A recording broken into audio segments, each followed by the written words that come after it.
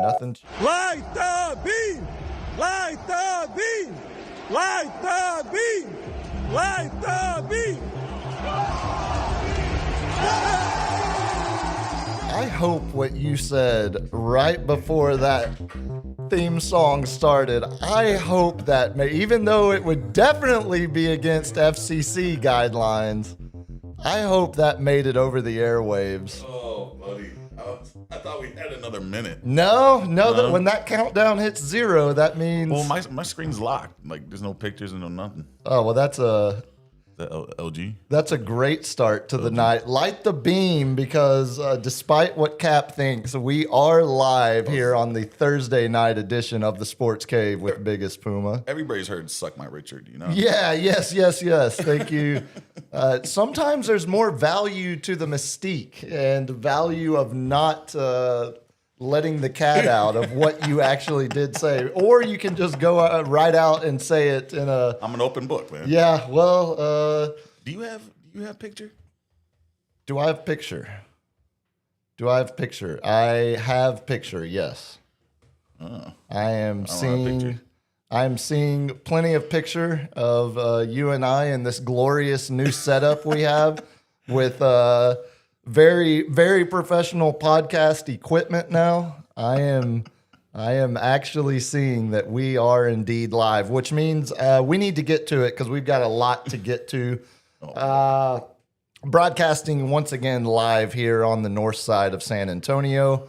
I am your host, Sam Freeze, of course, joined by Cap with his massive tech failure across the table. Just wait till you hear about my last 2 days at iHeart if we want to hear about tech failure.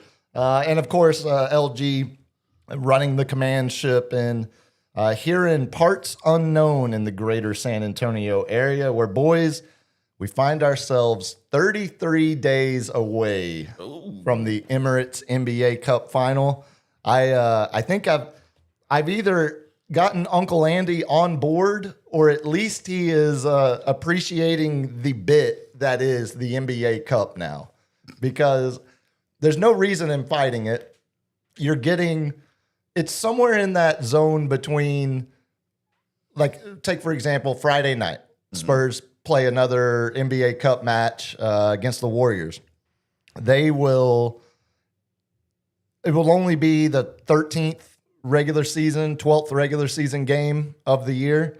And in a normal year, before the NBA Cup was around, we would just be viewing this as a late night tip-off on Friday night on Amazon Prime. It would just be a normal regular season game, number 12 over the course of 82. Nothing more to play for. But they're intense. I'm telling you, there is something to it. It's nowhere Even though close. I hate it. Even though I hate it. Exactly. And that's what I was explaining to Andy earlier. Like, it's nowhere close to a playoff match at all. I'm not saying that. That would be ridiculous.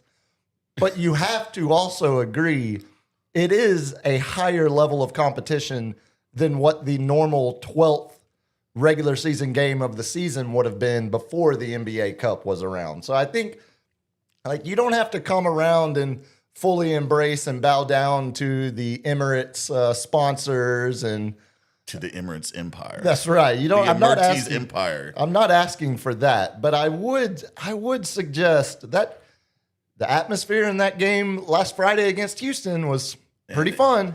You know, and Bezos, I think he dropped some money to get the Spurs to lose. So the Friday night matchup is going to be even better. Is now a rematch with Conspiracy theories. With a little more on the line. Yeah, we're hitting the point now where our Spurs are going to be way more of a weekly draw in terms of content than the Dallas Cowboys. So we will make sure it's a bye week, so there wasn't much to talk about. Right. And and if they lose to Oakland or Las Vegas or wherever the Raiders are, if they lose to the Raiders on Monday night, the rest of the season will be a bye week. That's about where I think most Cowboys fans are at with this team. We do have Jerry says the pieces are there. Just wait.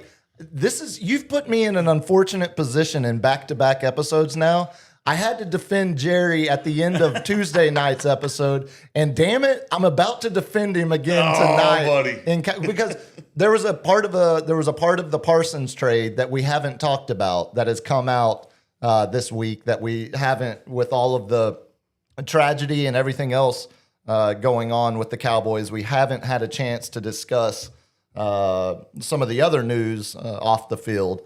So we'll talk a little bit of that in Cal Notes. Like I said, what I watched last night is going to just morph into Spurs Notes because I think, like most people, that was what everyone was locked into last night.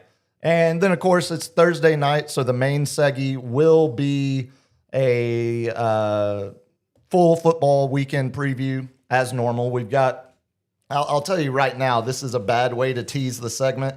3 of the 4 primetime NFL games are in the ass category, which I think you can.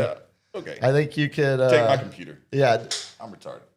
Yeah, that's FCC. All right, mark that. 8-11. God, man. Look, just because we're allowed to say it again, thanks to the new old administration, doesn't mean I forgot we couldn't say it. Clears. No, Brendan Carr is still on our ass in terms of word choice.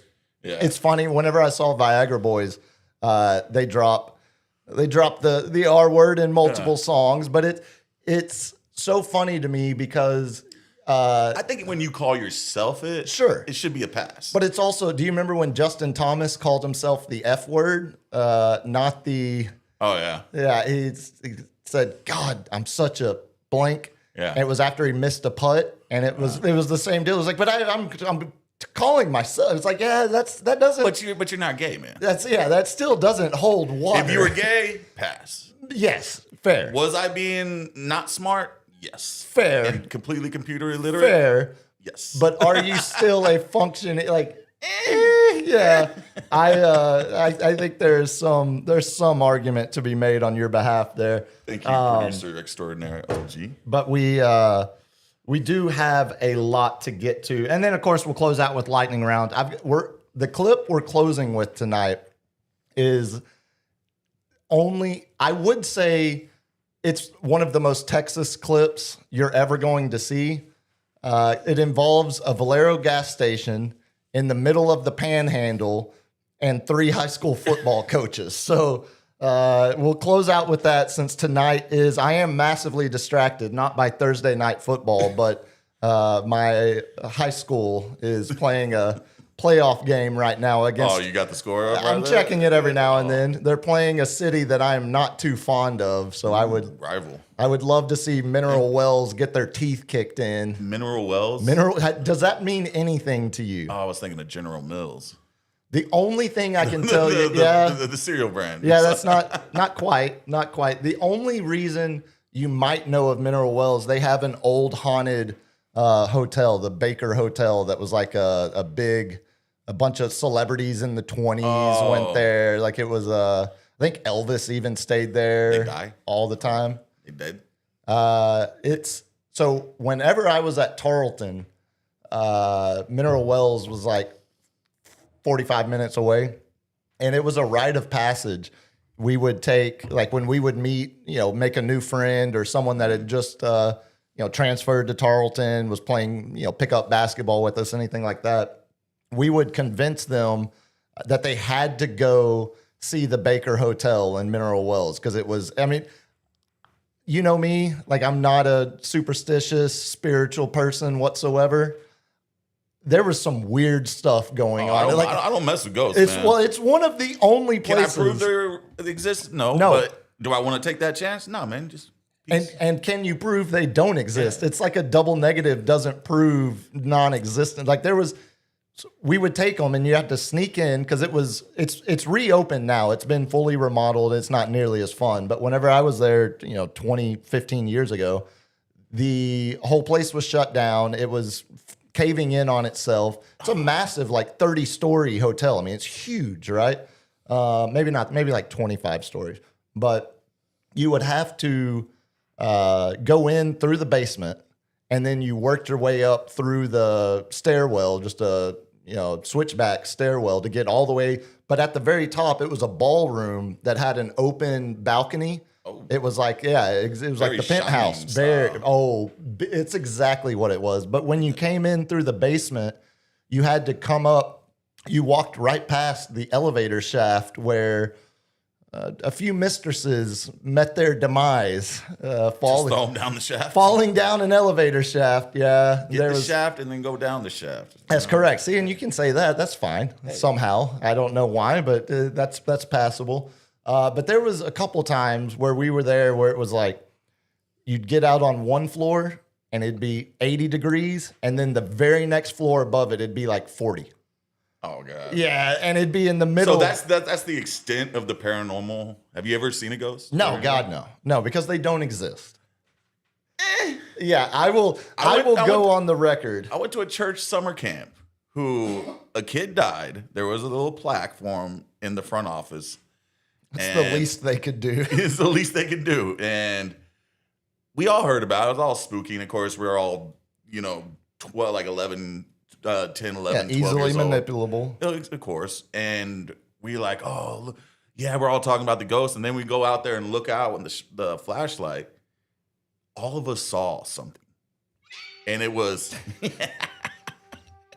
it was a translucent, boyish figure. Yeah, that's creepy. We all saw it. Yeah. And I'm like, yeah, I'm good. I'm done. That was right then. I'm just like, yeah. Not talking about this anymore. I don't know what to tell you about it. In terms of, I think you could tell me just about anything. I see dead people. And I don't think it would change my belief, but I do love hearing the stories. I am interested in hearing the folklore. It doesn't look like I'm going to have to be worried too much tonight. Glen Rose is up 35-14 at halftime, so Glen Rose smoking those Mineral Wells Rams. Sounds like an old cigarette. That's exactly what it sounds like. It sounds like one that your grandpa still smokes because it's the only cigarette that still does it right. Yeah, Lucky Strikes. I don't smoke nothing but Lucky Strikes. I should say I shouldn't be so rude to the good people of Mineral Wells because it is World Kindness Day. What a throwaway. What a throwaway. Because, Cap, that's one thing the world needs more of. If we were all just more kind to each other, the world would be a better place. Is there a flip one where you can be just a straight ass to some people day? I'll be on the lookout for it. Straight ass day. Straight ass day. Cam Newton's birthday. Yeah. I do think... We dub it now. Cam Newton's birthday is National Straight Ass Day. I like it. Straight ass, homie, as Randy Moss would say. it's also, this is one of those deals where I do it because it's been programmed into me, but I don't think we're actually doing anything that's helping anybody, anything, or our climate, or any of this. It's National Recycling Week. Dude. All of it is going, like, all of it's going to a landfill. Like, we're carefully separating all the different, like, plastics, paper, cardboard, everything. It's like, no, it's all going to the same giant pile. You're not doing anything. If you really want to be depressed, go and watch some documentaries on how much recycling actually goes to the recycling center. That's what I'm saying. Because you have to peel the labels and everything sticky off a box for that box to be deemed recyclable. So if you don't peel off that Amazon sticker, that thing's going to the landfill. See, and I was raised. And if you don't take off the little tips on like a bottle. Oh, yeah, that's not passing muster. Yeah. So 90 to 93% of recyclable goods go to landfills. And brother, the reason I know Or that the plastic island is because my dad was a recycling SS officer, keeping it like this is how it's done. This is how it will be done. There's no other way. It's but it's funny because I think there's like sometimes when you get caught up in the stupid one side versus the other politics, you kind of forget that like there are shades of both political parties. Like I was raised by old school Texas conservatives that are also massively invested in conservation and protecting the rivers and protecting natural, Texas waterways and actually, caring about the environment, not because they were a bleeding heart liberal, but because they grew up in the country, in the environment, and they don't want to see it messed with. They don't want to see it destroyed. They see the beauty, man. Exactly, and that's where I think in North Texas, is there still beauty up there? Or is that just all barren wasteland? No, most of that is flat prairie land. But if you travel, if you have a parental unit that is willing to drive multiple hours where there is actual fun, like Big Bend or East Texas Piney Woods. What are those little critters, man? They almost look like possums or like rats. Like nutria? Field rats or something like that. Yeah, nutria. It's like a mixture between a rat and a beaver. Driving to Colorado, they mess with the rivers. For some reason, there was like a migration at some point during a storm, and a bunch of those got hit. Just mowed down. I was like, I can't keep a boy. No, well, and they're just on that line of like not big enough to destroy your vehicle, but big enough to be. You feel the bump. Yeah, like, exactly. You're like, oh. It's like like a little smaller than a house cat. And then you might be aiming for them if you're in a rental car. I was about to say, or so I've heard. Before we get into what we all watched last night, let's check in with the man running the show here behind the curtain. LG, tell the good people how they can help support the program. Hit that subscribe button or jump into the super chat like Greg has already done. Hey, Greg. What up, Greg? What do we got from Greg? He says, thank you for keeping me entertained, fellas, while on this drive to College Station, home of the Flying Aggies. Yeah, the fighting Texas Aggies. I thought he was going to thank for that cream whooping I gave him. Oh, is that who you went up against? Well, Greg, despite Cap's continued trash talking, we appreciate the super chat. I guess the Aggies are at home this week. It's a matchup with South Carolina in Aggie land this weekend. Well, Greg, I appreciate you. Cox. I believe Greg is supplying all of College Station with their liquor this weekend. Hey, you know what? Oh, you know what that means? Start them early. Since we get a home A&M game, it means we get the running thread of the Texas A&M University police. They do a thread on X of all of the different arrests or citations they give out. It's where you get like, drunk husband released to sober wife. It's a good bit. It's one of rarely, like, I don't want to see police departments doing TikTok dances on social, but that one, surprisingly enough, because it's coming from Aggie police officers, that's a great bit. Full uniform, giving little pep talks and stuff. I'm like, do your job, man. Come on, no. But give me the thread on X of everything that happens at Kyle Field. That was where we got the report of the guy that had the, like, .324 Legend. ABV, yeah, breathalyzer test, but it was because he had whiskey in an old like milk carton that he was just taking pulls on. It's so great. We also gallon. Like, if you think a gallon's gonna be enough, I don't know, man. I don't know. We better do two. Yeah. It's also this year we got the very, very rare drunk wife released to sober husband. They be beaten. Dude, I love it when we get just one of us. One of us is not the one. One of us. I'm telling you. One of us. As many times as sober roommate in the other room has gotten me dude. When we went to the USA Mexico game at the Alamo Dome, it was like one of the first years we lived here. It was Jordan Morris's debut when it was his first game with the national team. I know that obviously puts it into perspective for you. You followed Jordan Morris's career through all the injuries and all-time leading goal scorer with the Seattle Sounders. Yeah, it was his debut as he was still Sounders. That's right. Yeah, that's an actual MLS. I have MLS news for you in the lightning round, so we're going MLS heavy tonight. Like the Puget Sound. That's right. See, there we go. Do some shopping there in the market. He was still at Stanford at the time. He hadn't even turned pro yet. He was still a college player. But we digress. We can move off. Buddy. USA won 2-0, and this guy drank all the tequila. All of it.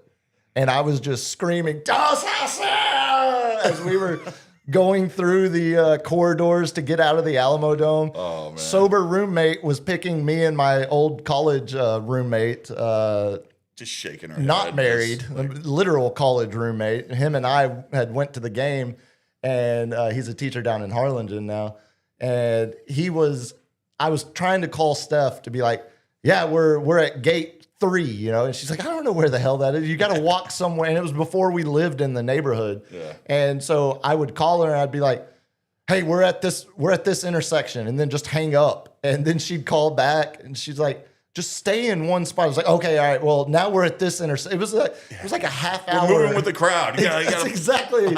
And I was so God forbid you smashed. say north or south or east or west. No. They're like, Well, what? I'm like, where's north? Yeah, trust me, that wouldn't have helped in that situation anyway. And that's I needed to go with landmarks. I wish Twitter or X was around when my grandpa Hey, Twitter world. Hey, OJ. We were Stillwater, Oklahoma. That's where we were born. So he would sit there and listen to the police radio after all the college games and just see who was getting arrested and what was going on in town. Dude, there's nothing better. He's sitting there just smoking heaters, listen to the police comm. And I'll do you one better. Have your grandma call you because she just heard your name on the police scanner. Oh, yeah. Man. He did that with his kid. I had 3 uncles and 2 aunts, and they're all hippies, So, man, all right, this is small town story time real quick. Yeah. We were. That's all I heard. That's all. That's it. He's like, you go in there, and I'm just hearing.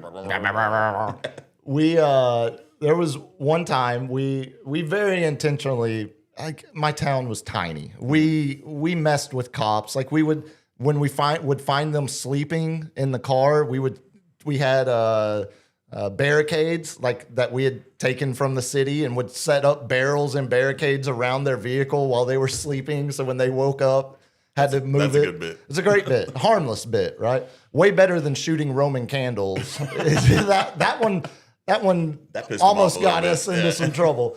But there was one night we ended up getting pulled over, and it was me and my little brother and one of his friends, a kid named Daniel Pugh. And I told him, I was like, dude, they're going to arrest us. Like, I was scared. I was just scaring my little brother and his friend. I was like, dude, they're about to arrest us all. Like, we got to give them fake names. Like, we can't let them know who we really are. I was like, Pew, tell them your name's Pewtang. You just go by Pewtang on the streets. And so literally I was like, and you're going to have to tell them your name first. And so cop, he was like, who all you got with you here tonight, Samuel? And I was like, because they all knew me. I was like, oh, it's just my little brother and one of his friends. You want to tell him your name? He's like, yes, sir. My name's Pewtang. That's what I go by. That's what you might know me. And my grandma heard that. Butane and butane accessories. My grandma heard it, and she called my mother, and she's like, Samuel, it sounds like he's running with some hoodlum named Putang, and he's got Richard involved. You've got to get a hold of this kid. This is ridiculous. That's how family rumors get started. That's 1,000%. You got to have a little fun with it. When you grow up where there's nothing to do, you got to have a little fun. Let's get into it because before we get too far behind it, we'll start with what I watched, which is really Spurs notes tonight because that game was Tale of two halves. Yeah, really a tale of one quarter. I mean, that third quarter, as you've been I jinxed them. talking them up. I know the main thing I was so proud of was the fact that they would come out in the third quarter of these last couple games and really correct mistakes, come out hot, and we'd always win the third quarter. And right when I say something, we ass. Yeah, 43 points given up in that third quarter last night. Yeah, that was a and I think they only. That's a mayor. Go Spurs, go. Yeah, that's more. Nobody Yeah, responded. that's not me. That's a mayor. Go Spurs, go. Starting that game, I think they gave up less than 20 points in the first quarter. I can't remember if it was 18 or 16. 16 tied with the lowest. We did that to the Pelicans the first quarter. So that was our lowest quarter. So we're like, our defense is humming. We almost put up 30 points. I think it was 28. We're up by double digits. And you're just like, oh, okay. They're coming off a back-to-back. They're tired. Wemby's just killing them down there. 6-game road losing streak for the Warriors. Draymond's questioning the commitment of the team in the press conference Tuesday night in Oklahoma City. His antics get me, man. Dude, I know he's that guy that you want on your team. But it's just like I would love him on my team, but also he's defending Nico on his podcast too. He's like, hey, Nico just didn't have enough time. Like, dude, the vision was there. Kyrie's a flat earther, but I wouldn't mind Kyrie on my team. I've come fully look.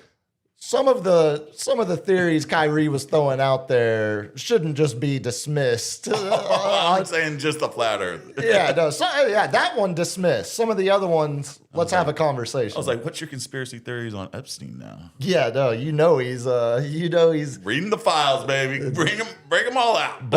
Where's the emails? Like the emails are back, baby. I never got that. Why did old people always send emails instead of just texting each other? I think you just answered your own question within the question. They're old people. That's what the email was revolutionary. They still rocking the BlackBerry, just buddy. If I could, I would still rock a BlackBerry. It's that little click. It's like it feels better. There's just something about it. No, it was the story of the night. Besides the Spurs' terrible third quarter, Steph Curry, despite a poor shooting night, he was only 5 for 16 from three.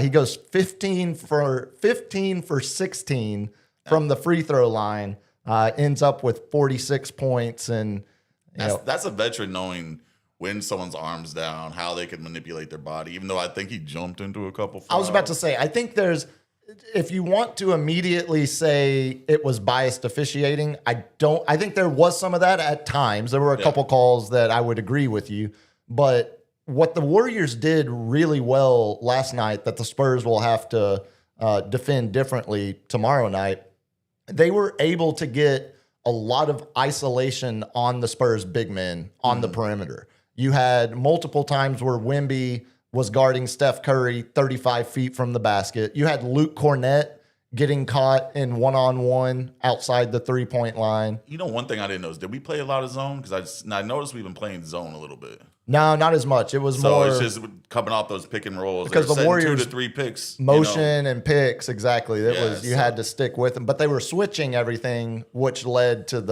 some of the mismatches, which led to the ticky-tack fouls with guards getting around big men and putting the defense in bad situations. Yeah, that's second half. I mean, turnovers were there. Everything was just – it wasn't like the first quarter, even though they had a good run at the end of the first quarter that gave them momentum for the second half.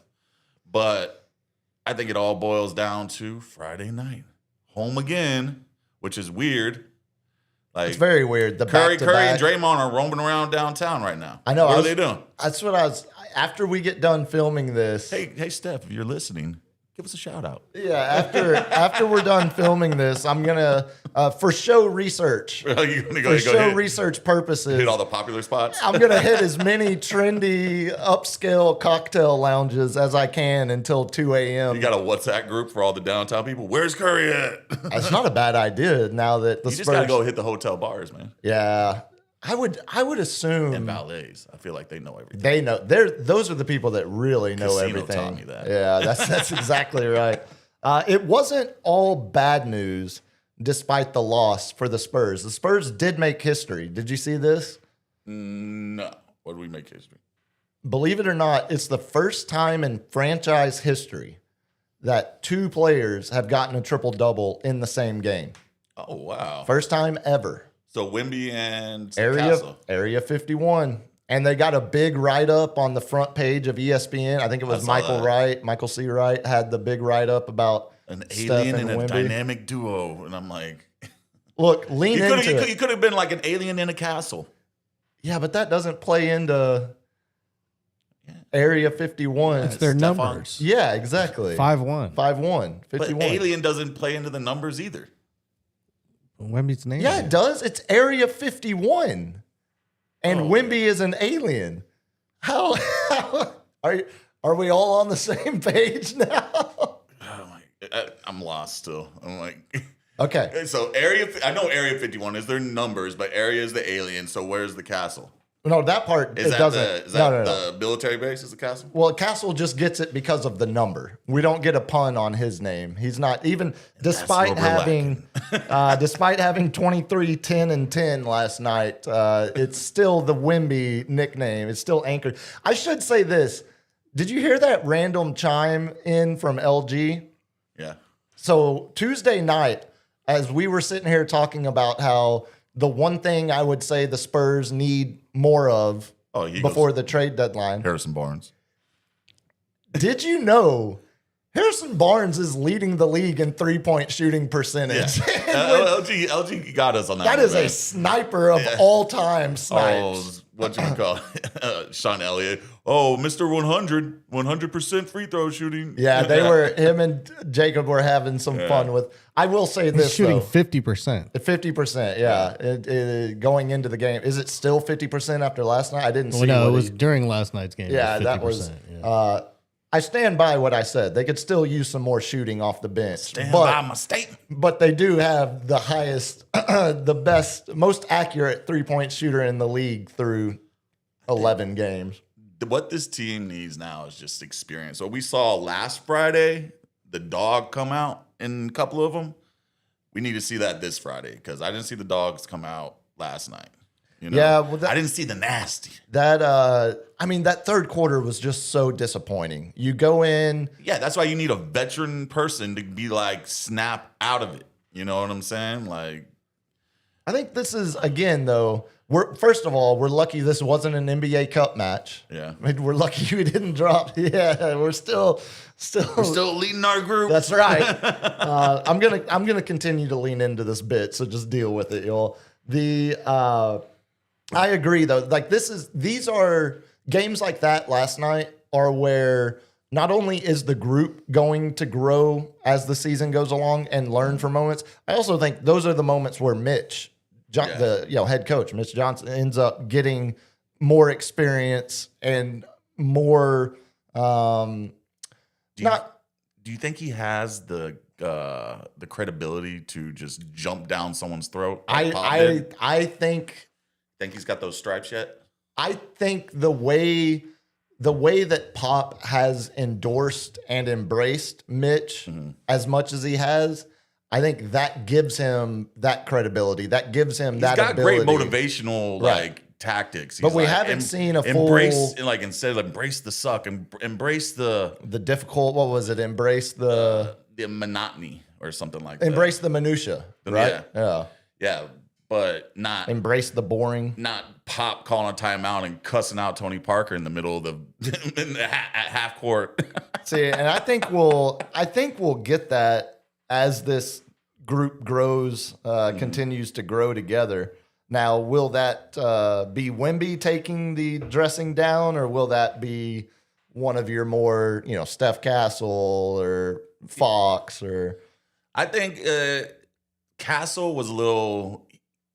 He didn't handle the ball as well driving to the hole. Only had 2 turnovers. It was Wemby had 8 turnovers. Yeah, last night to go with the 10 assists. I think but a lot of those were like thrown to him in the paint, but like weren't the best feed in balls. Yeah, and then he would turn it over, and that goes on his stat. Yeah, the couple I can think of was he had one like spinning no look pass attempt that got picked off in the corner. He had a couple passes. Real cool. It looked great until it didn't.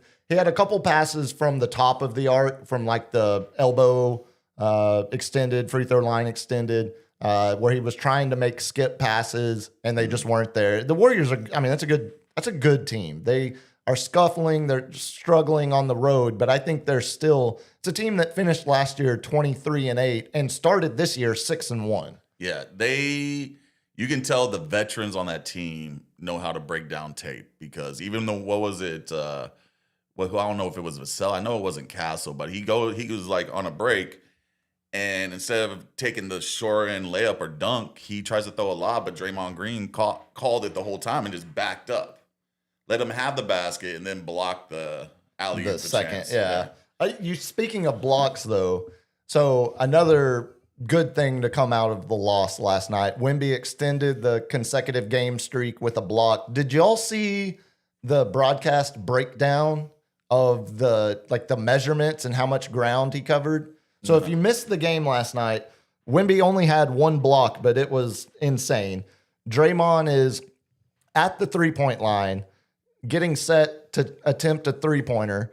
Wemby is closer to the rim than he is the 3-point line when Draymond catches the ball. Wemby takes 1 long stride, 1 long step, and then jumps from about the free throw line towards the 3-point line.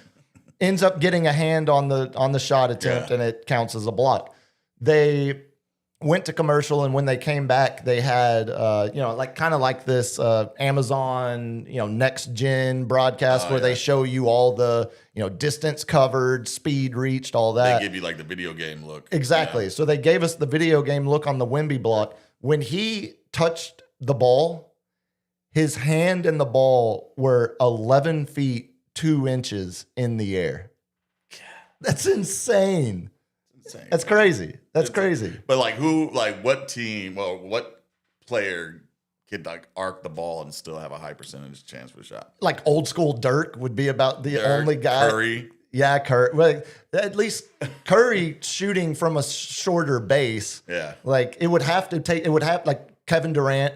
It would have to be someone who's already close to 7 feet tall, Kevin Garnett, who also puts a lot of arc on the ball to begin with.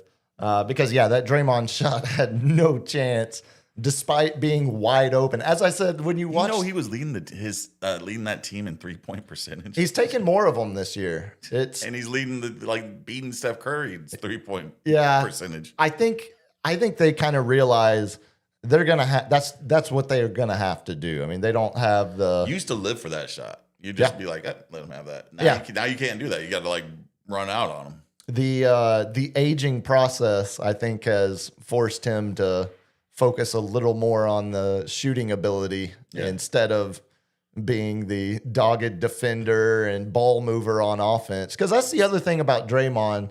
It doesn't feel like it gets talked about. Like Draymond is an excellent passer. Oh, yeah. Like he's a point forward. Like when he was at Michigan State, he was basically running point guard for that team. Every offensive he's like a Boris set. Diaw, He's got That's that a great body comp. type. Yeah. Got sees the game weight. like a point guard does, can see 2 passes ahead, knowing where the skip pass should go. If the offense, being able to read a cut before a guy cuts, that kind of ability, which unfortunately Spurs on the end end of it last night. Wemby, his triple-double line, 31 points, 15 rebounds, 10 assists. Mentioned the 8 turnovers. It was a bit of a sloppy game. But the overall free throw disparity, when it ended up being a 5-point game at the end after some late buckets and weird turnovers, we said they end up shooting. Warriors shot 34 of 36 from the free throw line, and Spurs were 14 of 16, something like that. I mean, it was a huge discrepancy. But I kind of think there's an explanation to that besides just officiating bias. I need to wear an earpiece because YouTube TV does not give me my Bally Sports or whatever it's on now, whatever it's called. Oh, what? Yeah, what is it now? ESPN, FanDuel. yeah, ESPN now. So I have to go to the local watering hole, the local pub, and I'm like, turn on the sound. No, let's hear the jukebox and the same freaking songs 50,000 times. I'm like, you're killing me. I'm sorry you're dealing with that, but in my neighborhood, quad box. I am, well, no, being out at local watering holes, I am happy to report so far this season in multiple locations, multiple establishments, multiple bars, every time the Spurs game has been on, the sound has been on. And that's just happening that wasn't even happening last year with Wemby or rookie year Wemby.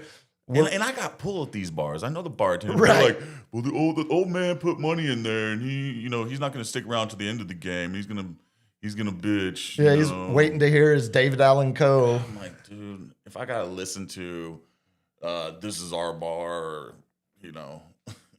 the same country songs over and over. I'm convinced that. So I worked at Texas Roadhouse, man. I learned to tune it out, but it's come on. Wow, being Spurs games on. Out at the station again more regularly, I've heard more of the new country music that is on the radio.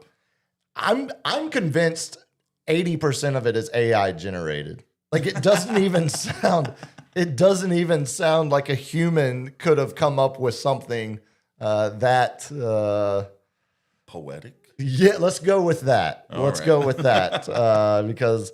All I know is the country music I like and was raised on. I don't think there were a whole lot of computers involved in the production of that. You heard the twang and the guitar and a lot of steel guitar. A lot of steel guitar. You could hear the cigarette ash hitting the guitar as he was playing coughing with his raspy voice. Yeah, you just thought, oh, that's just part of the lyrics. Friday night, if you are. Preparing to watch the game as you should be, know that it is a late tip-off, so I expect Frost Center to be good and lit. 8:30 scheduled tip, but it's on Amazon, and they have no corporate overlords besides themselves, so they'll stretch that till 8:40, 8:45 if the first game goes late. But no... What's the first game on Amazon? That's a good question. It's I know there's no local broadcast, so you won't have to worry about finding it on FanDuel, but you will have to make sure you have Amazon, which just means if you want local voices to listen to tomorrow night, and go tune in to Dylan doing the local pre and post on WOAI, and then of course Carl. WOAI. Carl's got Carl's gotten himself. He's doing the net center, in the reporting in game from the stadium.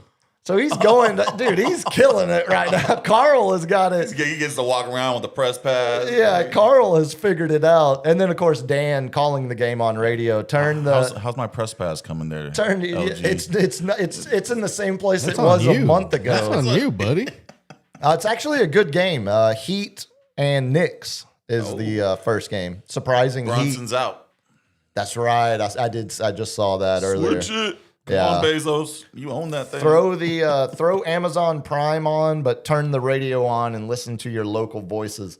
I should say before we get in, you had anything else on the Spurs? We got to start looking around the league a little bit because I was looking at the Amerites Cup. Yes. You got Toronto leading Group A, Detroit leading Group B, Miami leading Group C, and that's the one with the Knicks. Obviously, they're one loss, so they're about to be two losses. Minnesota, not too surprising, Group A in the Western Conference. Have you seen their court? No, is it ugly? Dude, it's nice. Oh, man, I'll see if I can find a picture and send it. It is neon highlighter green. Oh, And it's so bright that the guys that are wearing white undershirts, it makes the undershirt look neon green because the reflection is so violent. It's pretty brutal. I don't see how people are watching a full game. Yeah.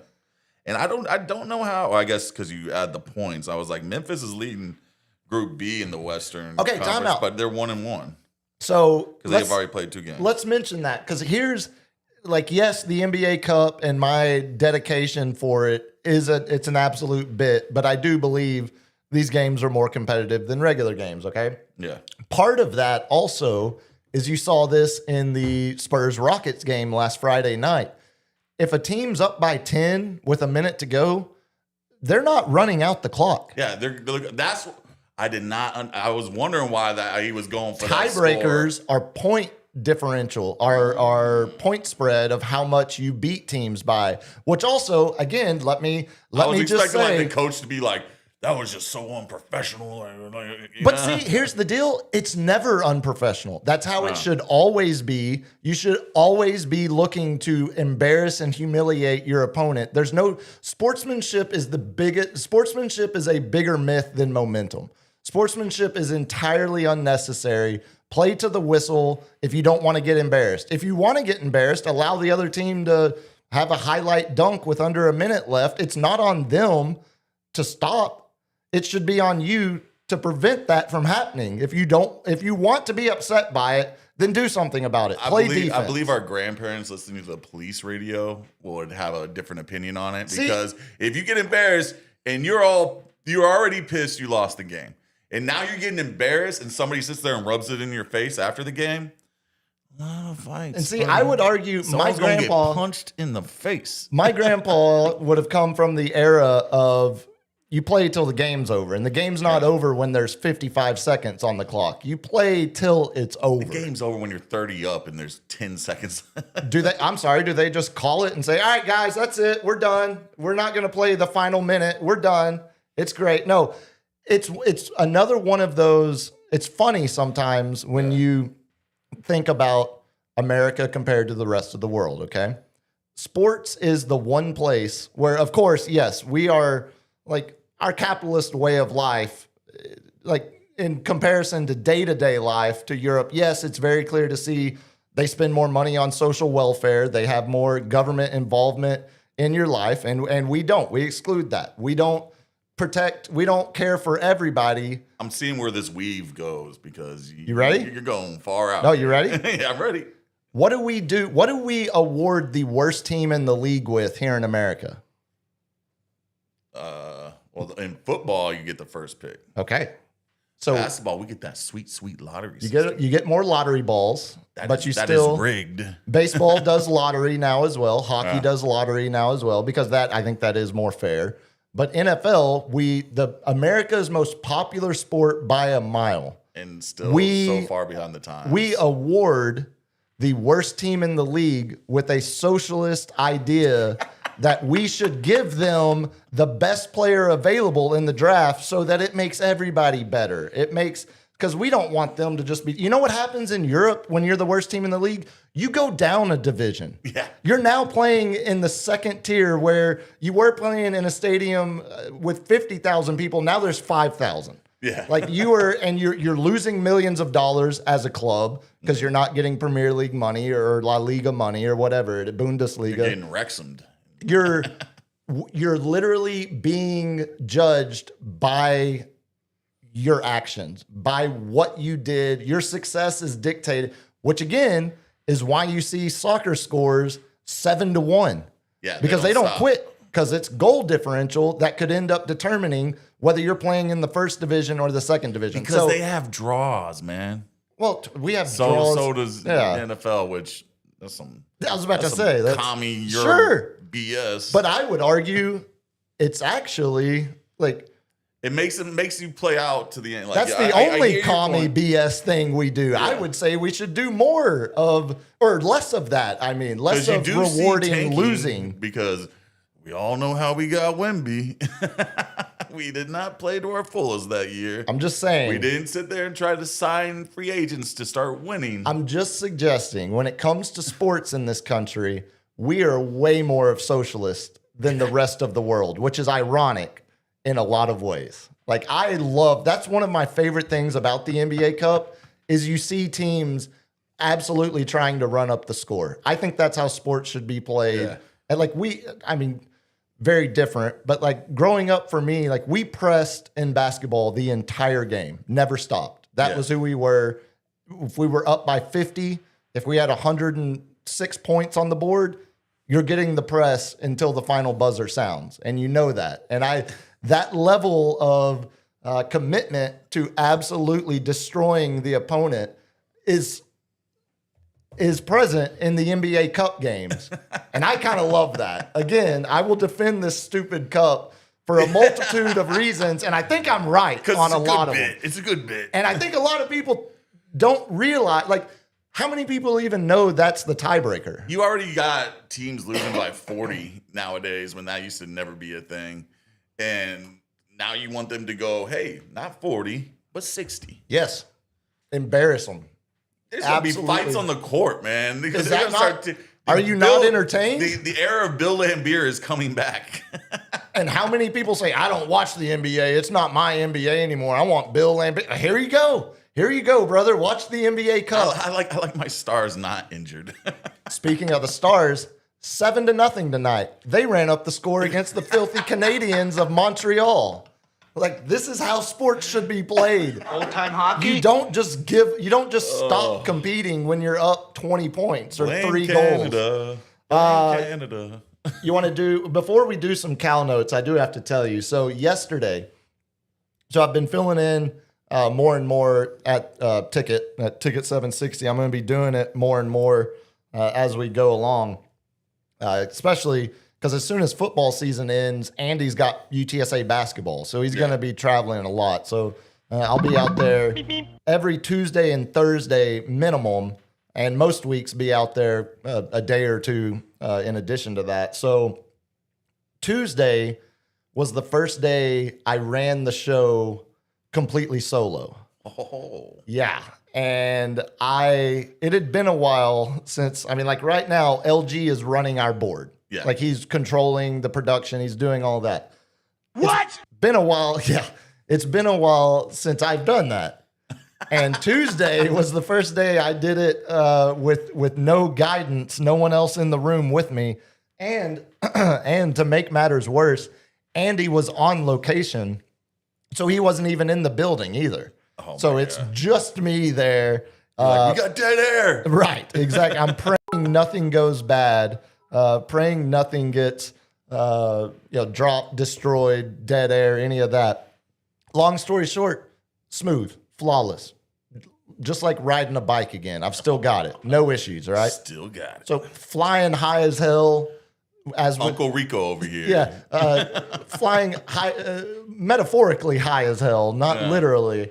As I rolled into the show here Tuesday night, we did the show. Feeling great, right? Wake up Wednesday morning. Andy, I am filling in for Andy, filled in for him yesterday. Get out to the station. I got out there. The roommate was still in Atlanta. Mm-hmm. So I got out to the station at like 2:00. Show didn't start till 4.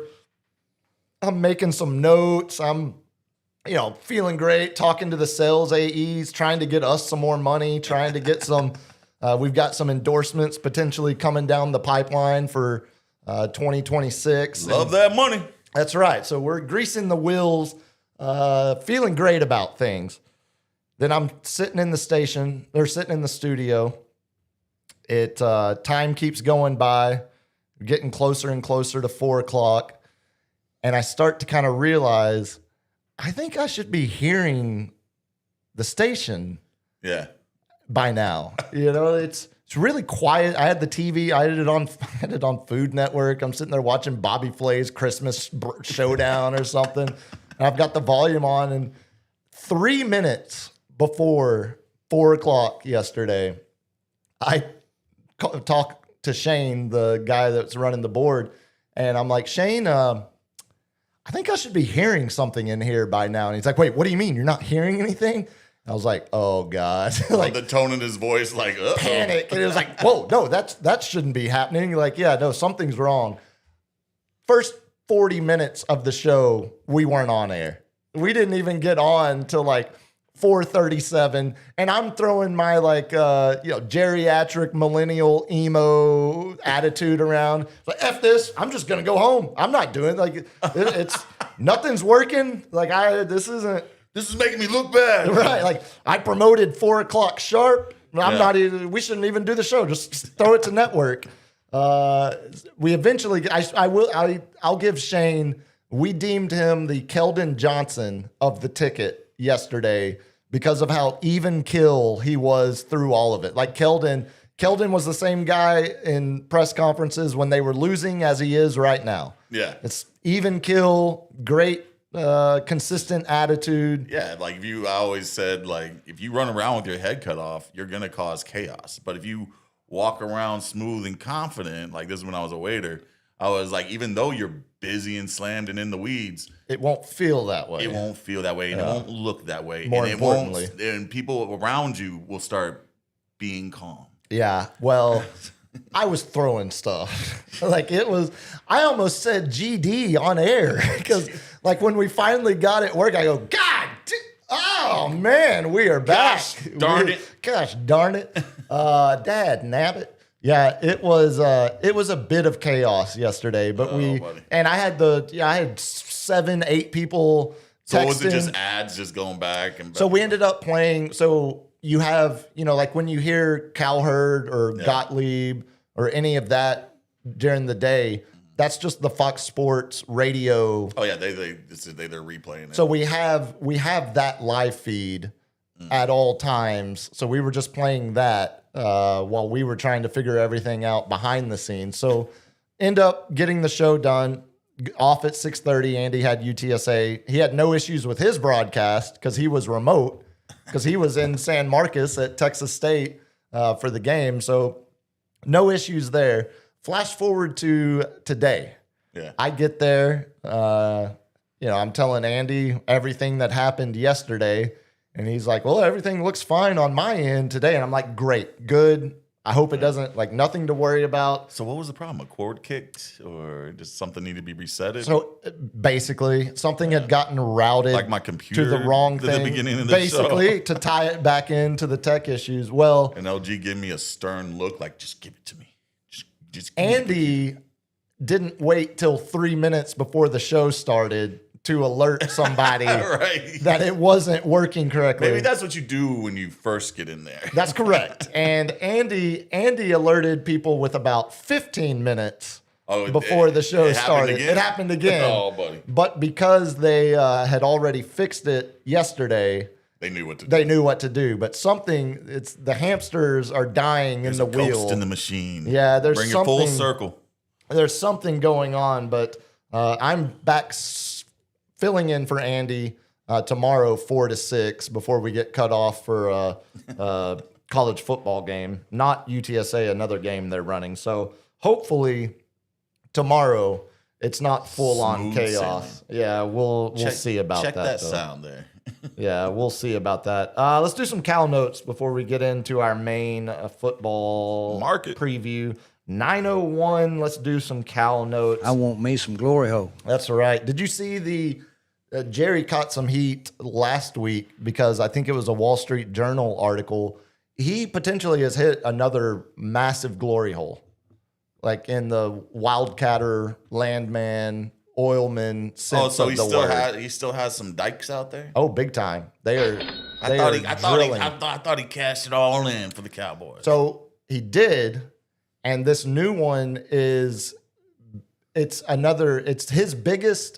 I was reading the article. It's his biggest gamble in the oil industry since the one that led to buying the Cowboys in Arkansas. And it's like 300 billion, 500 billion, something potentially just insane. So is he going to complain to pay these players anymore? Or? Oh, of course. Because, despite all the money that they've made, the Cowboys are still always bottom 3, bottom 5 in actual cash spent every year, which is the most I would argue is the most infuriating thing about being a Cowboys fan is you have the most valuable franchise of any sport in the world, but every year they're bottom 5 in actual cash spent. It's all smoke and mirrors. You gotta be like them Yankees, man, who were about to try to sign a Cy Young winner, huh?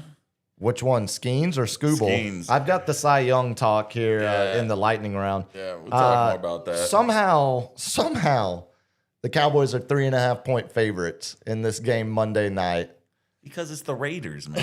It's the Cowboys, though. I mean, you just saw. Shout out to one of my fantasy football teams that took a big leap of faith and picked the Dallas defense.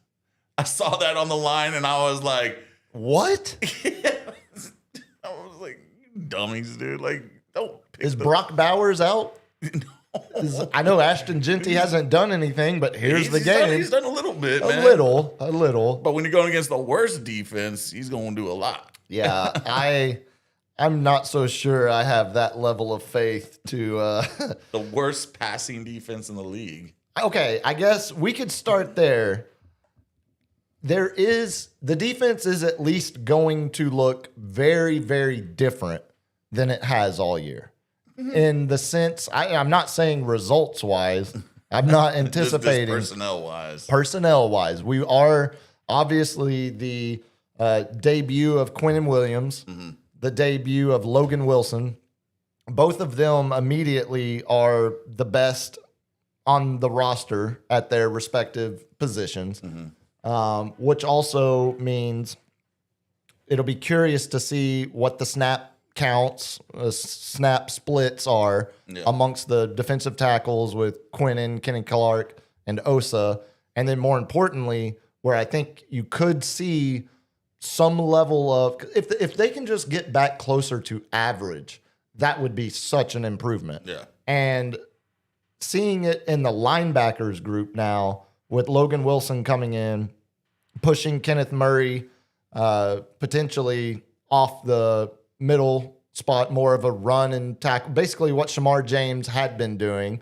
You're pushing Shamar James down the depth chart a little bit, not having to put a 21-year-old rookie out there for the majority of the snaps on defense. Obviously, the biggest addition besides Logan Wilson will be DeMarvion Overshone being back for the first time this year, making his debut in the number 0 jersey that he wanted on draft night. Have you ever heard this? Do you know why DeMarvion Overshone didn't get 0 as a rookie with the Cowboys? No. Get ready. This is one of the most Cowboys things. I think I have too, but it's always worth retelling. Yeah.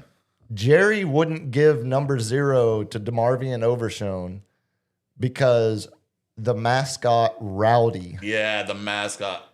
Number 0 with Rowdy on the back. He wouldn't. Didn't want to gets more respect than the players. Than your rookie draft pick, who you think is going to be a big part of things for years to come.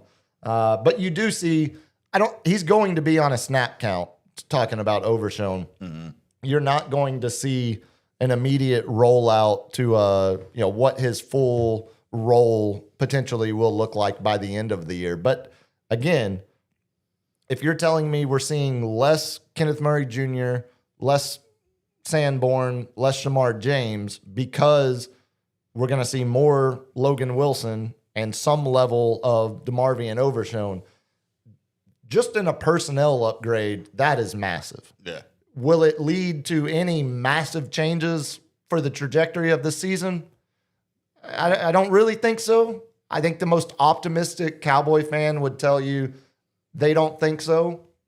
But it's not a bad thing just to have better guys in the game than what they've had all season long. Might finish 7-10. Who knows? And that's kind of what we're talking about at this point. I think that's a very realistic expectation. Like, we'll see Monday. Which again is why there is an argument to be made that these are deals that could have been done in the offseason. Like you're now going to end up in the middle of the first round of the draft instead of top 10. If you had just kept playing the trash that you had put out there for the first half of the season, that you might end up in a better position in the long run. But I do think the other name, the secondary has been picked apart. Obviously, the safeties have injury issues.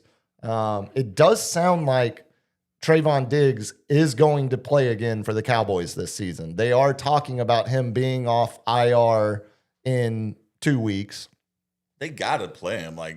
They paid him. Yeah, they could just, I was thinking they would just have him inactive, not suited out on game day and tell him thanks, but no thanks. We're going to cut you in the off season. You know it. We know it. He was on I guarantee you he was on the trade block. They were trying to trade him. Oh, I think so. Nobody for sure. was wanting him. No one wanted to give up a 6th-round pick for him or anything.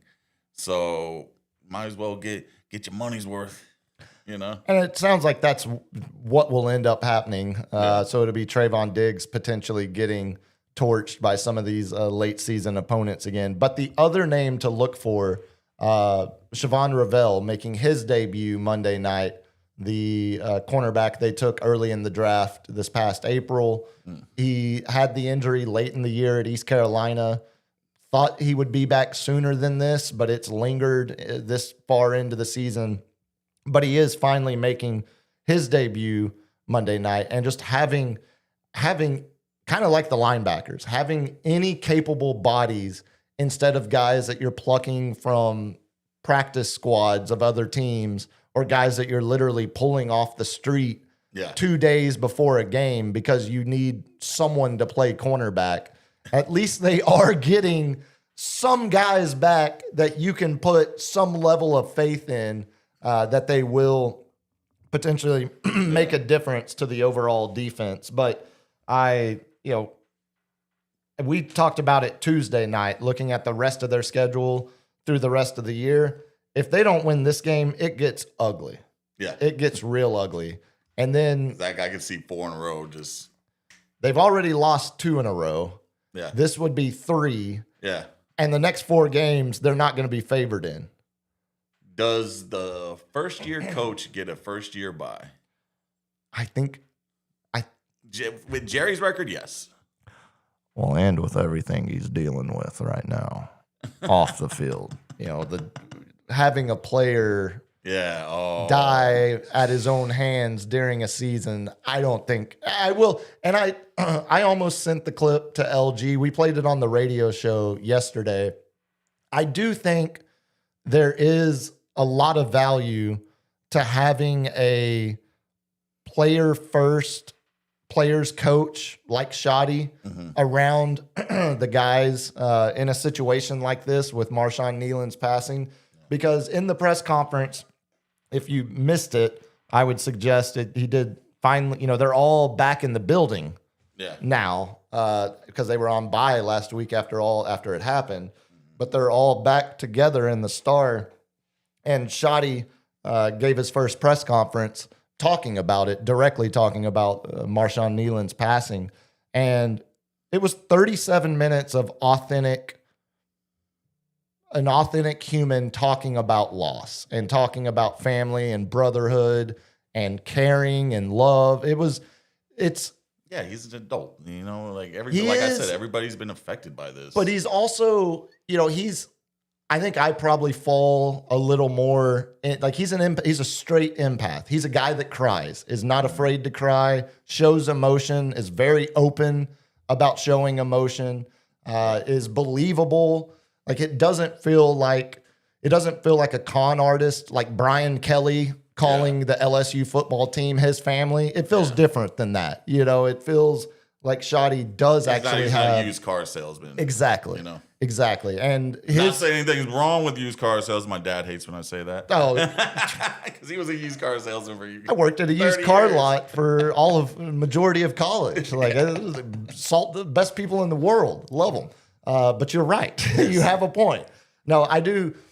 It was Calvin Watkins was talking on a radio station up in DFW earlier this week, and he spoke about how whatever you think or thought about Jason Garrett back when Josh Brent had the drunk driving accident that killed Jerry Brown, his college teammate.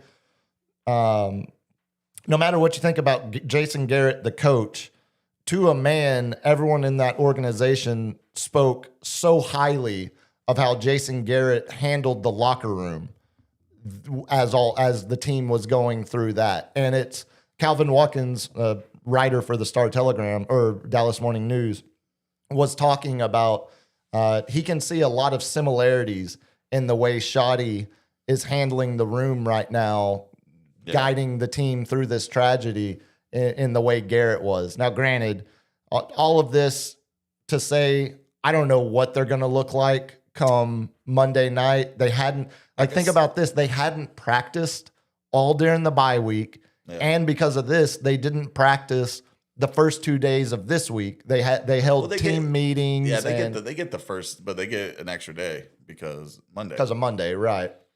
But they rally? I can see emotions going it, I think you're going to see a lot of emotions. Yeah. Obviously. But there's professionals on the other side that, hey, I'm not going to just sit here and lay down and lose.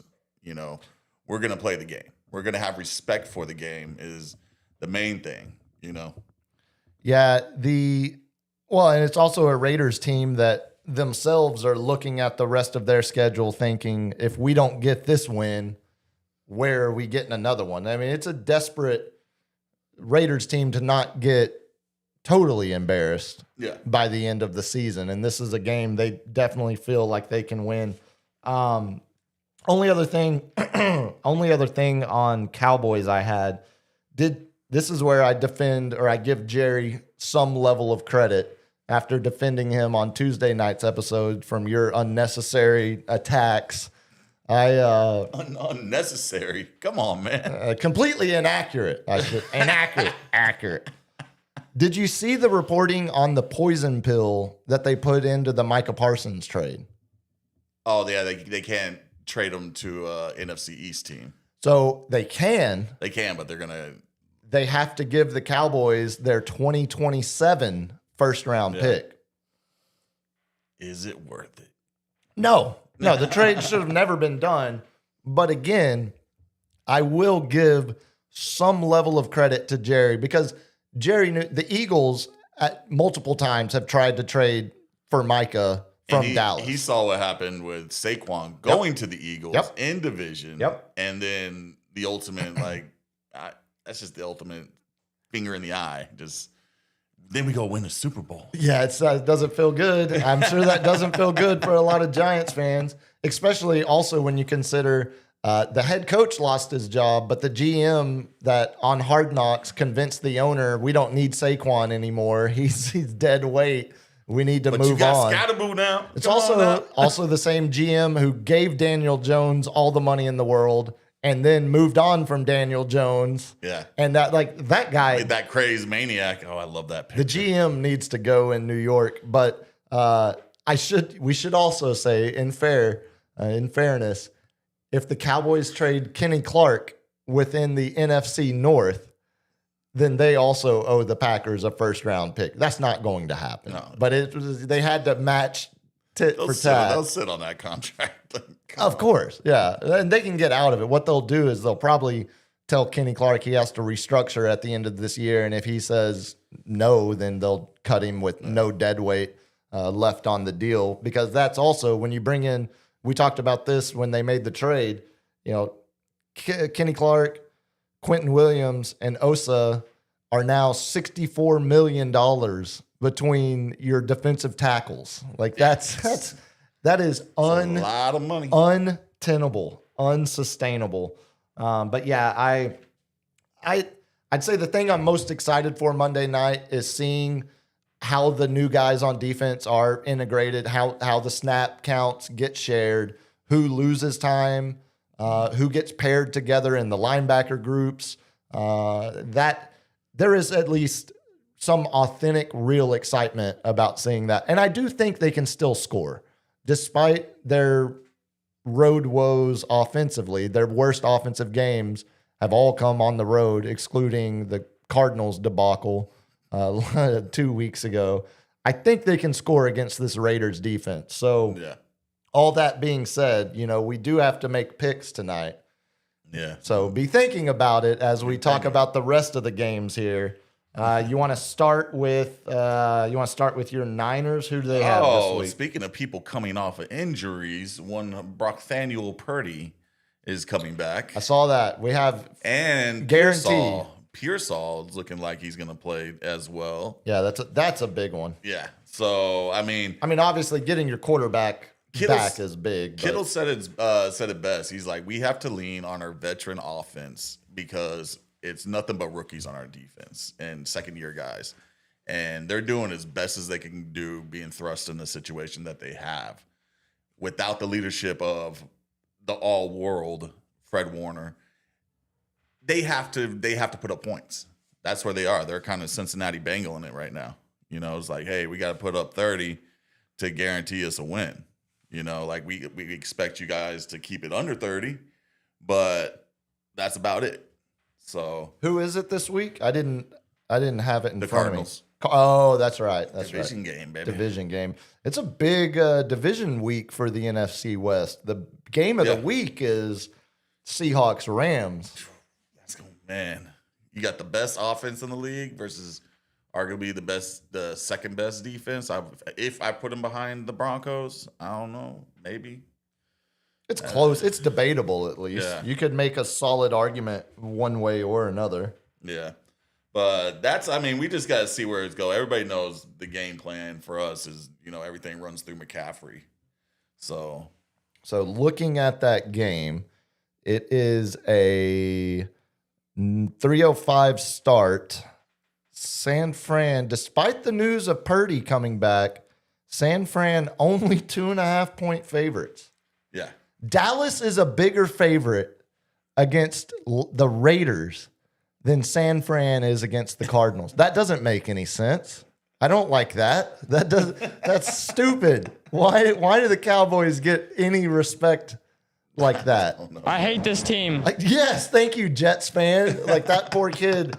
There's generations of Cowboys fans that absolutely feel the same way about the Cowboys as he does his poor Jets. Although we should say Thursday night, the Jets are at least making it interesting. We're sitting here. They had that first drive, winning touchdown, and I guess they did a trick play and just scored another touchdown. That's the only way they're going to score. Trick plays, special teams. Did you see Method Man as a photographer for the Jets now? No. Oh, buddy. That is awesome. He's Taking a page out of he's Marshawn on the Lynch. sidelines there taking photos, man. Taking a Crazy. page out Well, of who's the Lynch's. Marshawn? Also, Randy Johnson. Oh, he's doing it Oh now? yeah, he's been doing it for a while. He's been doing it for which also is funny to me because I remember when I would be sent on photo duty for concerts at KISS or the Eagle at the music radio station. I'm a big dude, 6'4", and a half, maybe 6'5" on a good day if I'm in my platforms. I can't imagine being Randy Johnson height trying to get into some of these photog areas, like down in the pits, in the well. You're not, and especially now, he's getting kind of old too. Yeah, That can't be the good. knees are going out. That can't be good for his body. No, thank you for the breaking news, LG. I was not aware that Method Man had started a new hobby. Maybe that's what the Jets need. What was it? Calvin. Hey, Calvin, one of our buddy. Well, what's his real name? Is it Calvin? It's probably Calvin because he doesn't want people to know the real name. You know this, LG. When we saw him up at the Red Rocks hotel. Oh, was it when y'all went to Wu-Tang? Yeah. Yeah, he's laying out because I think that is by design. That is buddy. Calvin and Calvin only. You got anything else for your on the Niners game? We just got to see. Convince me that this is not going to be a test for your team. Clifford. Clifford. There we you go. go. I was like, I knew it started with the C. One of our buddies yelled "Hey, Clifford!" And he turned and was like, and of course his wife was the biggest Method Man fan. But anyway, I digress. I I mean, the Cardinals are on their backup quarterback, Brissett. I don't see him. Or is he their starting quarterback? Yeah, and they don't even have. They're on their third string running back. They lost some defenders last week, so their defense is not as strong. I just the Niners should win this, and I get there might be rust with Pearsall and Purdy, but once again, everything runs through McCaffrey. He's been killing it. Keep it going. Brian Robinson Jr. is looking better. He's put up a touchdown in the last 2 games. We're running him more to keep McCaffrey fresh. Not really helping my fantasy team doing that, but like keep the goal line backs to McCaffrey, damn it. But we should win this one, and we should have more points. I'd bet the over. I'd bet that they cover that spread easily. Yeah, it's 48.5. I was just looking at that because I was trying to see if there were any trends to jump on here. Yeah. I mean, the over on the total points, I can see this being like a 28-17 game. See, that I was about to say, that's expecting a lot, and that wouldn't even cover. That's expecting a lot of points from Arizona. I don't know. I mean, they're going against rookies and stuff, and Marvin Harrison and Brissett seem like they have a chemistry, but if they got to run them on the left side because they can't run them on the right side because Lenore was over there on his own island. Don't throw it against him. So the Cardinals only scored 27 points against Dallas. If you don't break 30 points when you play Dallas, I don't think you break. They were 3 points away from breaking. I don't think you break 14 against any other team. Trey Bryant is definitely a top 3 tight end. So. You want to hear some of the other games of the week? Sure. Because we do have. I mentioned counting. We have another in a Europe game this time in Madrid. Counting that as a quote unquote primetime game because it's primetime there in the time zone it's in. So tonight, Jets and Pats. Looks like we're going to the fourth quarter. It's a 7-point game, surprisingly, but the Pats probably going to win that. It's not a good matchup on paper. Right, the Madrid game Sunday morning, 3-7 Commanders versus the 3-7 Dolphins. That's straight ass category. Despite the Dolphins smoking the Bills last week, still ass. The only good primetime game we have this week, Sunday Night Football, 6-3 Eagles traveling outdoors into the elements at the 7-2 Eagles. No, 6-3 Lions at the 7-2 Eagles. That's Eagles. Sunday Night that's Football. Funny. Did you hear AJ Brown? Yeah, he's a straight S show in the locker room. I mean, it's a bleep. It's a bleep word. There's not when a wide receiver of his caliber is not getting the targets that he thinks he deserves. When the wide receiver, the number 1 wide receiver says bench me in your fantasy teams, that's probably not what you want to hear. Like, God dang, man. I don't think, we've said it. This is the same Eagles team that got outgained in their first 4 games of the season. Yeah. They won all those games, but the offense was getting outperformed week after week after week after week for the sake of 4 there. This is an Eagles team that has, despite the 7-2 record, kind of like the Broncos with the 8-2 record, there are absolutely issues on the offensive side of the ball. And I think, A.J. Brown is not going to be one to stay quiet as. And Saquon Barkley is just underperforming. It's been a down year. Like, I get them. Like, can't get right. They're satisfied with 1 Super Bowl. They're not looking to go back to back. And that one, of course, the other primetime game is Cowboys Raiders Monday night. But that Lions Eagles game, Eagles favored by 2.5. Eagles favored 2.5 at home. Sunday Night Football primetime matchup. Sounds like a coin flip. I think that's going to be a great game. I don't know if I trust the Lions at night in Philadelphia, but I think that'll definitely be one we pick. Also mentioned that NFC West matchup, Seahawks at Rams. You want to guess the spread on that one? Seahawks at Rams. At Rams in LA. Rams 1.5. Oh no, Rams 3.5. Nailed it. Yeah. Rams minus 3.5. Rams 3.5 point favorites in that one. Both teams 7-2. Something's got to give in that game though, because the Seahawks are undefeated on the road this year. Rams are 3-1 at home. That's a good offense versus a good defense. You know. Yeah, it's that classic matchup. I think there's an argument to be made that the Seahawks are the more complete team, maybe, but the Rams offense is firing on all cylinders where they Let's can. see if Devontae Adams plays. He Yeah, had an oblique injury, but they're expecting him to play. Did you see? I shouldn't laugh at an injury. Did you see the play where he came up lame, grabbing his back? No. So he was doing a chop, at the line, foot chop to try to, before he went into his cut. Yeah. But he's just chopping his legs, and then all of a sudden, like me getting out of bed, like, oh! Yeah, because he doubles over. Yeah, like reaches back, but it just so many accounts were doing him dirty because it looked so bad because he wasn't moving really. He's just chopping. Touched, and then just like a sniper got him. That happens when you get older, man. It's very, very much when so. you sneeze and you throw out your back, that's always oh man. The other games we're gonna have to choose from. I like the KC versus the Broncos. You want to go with that one? Okay, Yeah, I like that one. That is 3:25 kickoff. 5-4 Chiefs at 8-2 Broncos. You guess the line on that one. At Mile High. Chiefs minus 5.5. Really? Oh, you're close to it. Chiefs minus 3.5. 3.5. Okay. I couldn't believe. I thought they would get more points just because the Broncos are reeling, but their defense is still stellar.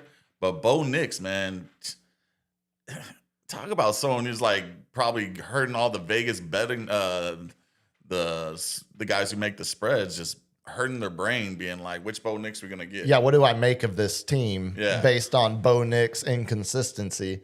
All that being said, they are undefeated at home. Yeah. The power of Mile High is real, especially when that defense gets going and the crowd gets behind them. The offense hasn't had to do a whole lot to win games because the defense has been such a game-wrecking unit.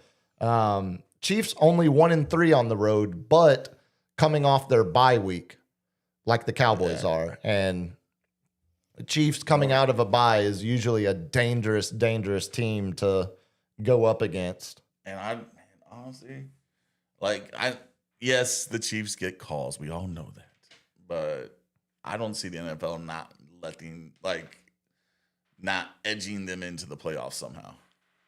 I think if they make the playoffs, if they lose this game, I haven't looked at their rest of the record, but I think they can only lose 2 more games before they might be out of the wild card. 2 more would put them at 7. No, they could still get in there. What's the record right now? 5-4. 5-4. Yeah. So if they go, and Jacksonville's the last playoff team right now, and they're 5-4. Okay. As well. So there's still plenty of wiggle room. I think 3 games is the magic number. If they lose 3 games. Yeah, I think you're closer there. Well, then that would still only be, it might be 4 actually. Yeah. Because it's all dependent on 4 is a guarantee. It's all dependent on what the Jaguars do, because the Jaguars at 5-4 holding on to that last playoff spot. I think Jacksonville loses 3 more games this year without looking at their upcoming schedule. Yeah. I'm not convinced that they got an easy division though. I wonder how many more division games they get. I think the Texans at 4-5 with Davis Mills at quarterback and not CJ Stroud are a better football team than the Jaguars are. Like that feel-good win Jacksonville had over Kansas City when Trevor Lawrence falls down, gets up, runs in for the game-winning. Like that feels so long ago now because of their, they weren't able to roll any wins. So looking at the Chiefs' schedule, they got the Broncos 2 times. Okay, that's a big one. Yeah, they got the Colts.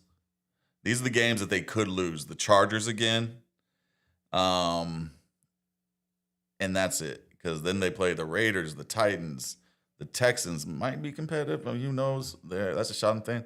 And the Cowboys. Oh yes. Let's go ahead and chalk those all up to wins. Yeah, let's go ahead and count those chickens before they roost. Like that's just fine. I think I think everyone would agree. The only other game, But y'all playing in Jerry World, so the spread might be 8.5. Sure, yeah. The only other game I might try to convince you that we should pick 6-3 Bucks at 6-3 Bills. That is I didn't see that one. Bills minus 5.5. It's an early game. It's the noon window because that's the other thing. I don't. When it works out, it's not a hard rule, but when it works out, I like to get a game in each window. Yeah. So I can live or die off these stupid picks each window on Sunday. So there's your contenders for game of the week. Of course, we pick the Cowboy game, we pick the Niner game, and then we need 3 more to pick from there. So what games do you want to throw on the docket? We're doing Seattle, LA. I feel like we got to do that one. Yeah, got to do that I one. think the Chiefs Broncos interesting. Okay. I think we can have 2 different ones. And then I like that early game, Tampa. And You like that one more Buffalo. than Lions Eagles? Oh, I almost think we should drop Chiefs Broncos for 'Cause- Lions Eagles. yeah, because they're going to play again. You're going to take the Chiefs, right? I might take the Broncos. I don't know. Okay, I'll give you that choice. I'll let you know. I would take Chiefs in that. You would take Chiefs. I would take Chiefs. I would take Chiefs to cover the 3.5 in that. If you want to throw it on there to have a split with me, I will more than happily take that win. Like, who are you going to pick, San Francisco or the Cardinals? Well, I mean, that one we have to pick. I can't tip my hand. No, I'm taking, what was it, 2.5? Yeah. I mean, yeah, that feels like Niners. So all day. let's throw the Niners off. Rejoice, Sports Cave. No. We're gonna keep the Niners We on? have to for consistency. Because at the end of the year, I want to see which one of us were more right about each other's teams. Because I bet you're more right about the Cowboys and I'm more right about the Niners. Oh, really? That's my guess. That's how it's All right, I like that. looking at the last 7 weeks. That's how it's trending right now. All right, I like that. All right. Yeah, let's throw the Chiefs Broncos off and do the Lions, Bills. Eagles, Lions, Eagles, yeah. Bucks, Bills. Okay. So that being said, Cowboys are 3.5 point favorites on the road Monday night in Las Vegas. I will go first since they're my team. I think Shoddy's got them in a good place. Yeah. Mentally after all the tragedy. I do think that defensive line group and in conjunction with the rest of the defense, Yeah. I think they're going to be playing their hearts and ass off. They had good trade deadline We're going to picks. see the debut of the guys they gave up real value for. Quentin Williams is a badass. He is a beast. Oh, yeah. He's the best player on their defense right Is he now. 36 years old? Or Quentin Williams? No, 27. What? I feel like there was another Quinn Williams way back in the He was a cornerback. cornerback. I'm pretty sure. I might just be thinking of this Quinn Williams. Like, how old is he? 28, 29? 27. 27? Turning 28 in, I think, later this year. Maybe it was the Hard Knocks with Aaron Rodgers that I saw Quinn Williams. Like, I thought there was. Anyway, you're picking the Cowboys. I will be taking the Cowboys to cover 3.5 points. Sir, we are in agreement. I am Really? picking the Cowboys, and it disgusts me. Yeah. It makes me feel ick. Look, I don't disagree with you, but I don't think they lose this game. Nah. After Just focus on Brock Bowers and Genty, and come on, man. Like, that's all you have to do. Is Geno even playing? We didn't even mention that because we saw him leave the game last Thursday night. He left, but he came back in, didn't he? Yeah. I haven't seen any reports that he's not going. I just thought about it off the top of my head. I think he's playing. They got money invested in him. They're not going to go with the backup. Yeah, and I mean, it's not like they have a former top round pick that's sitting on the bench as the backup either. Exactly. Yeah, no, give me Cowboys. Yeah. Give me Cowboys covering Cowboys. 3.5. Although it should be said, a week ago, the Broncos didn't cover 3.5 when they beat this Raiders team. Yeah. Sun Just shines on the something- dog's ass yeah. twice a day. Something to think about. Let's do Niners. Niners 2.5 point favorites. It sounds like there doesn't need to be much discussion here. We are both taking the Niners to cover. Yeah. There's your Niner minute, Greg.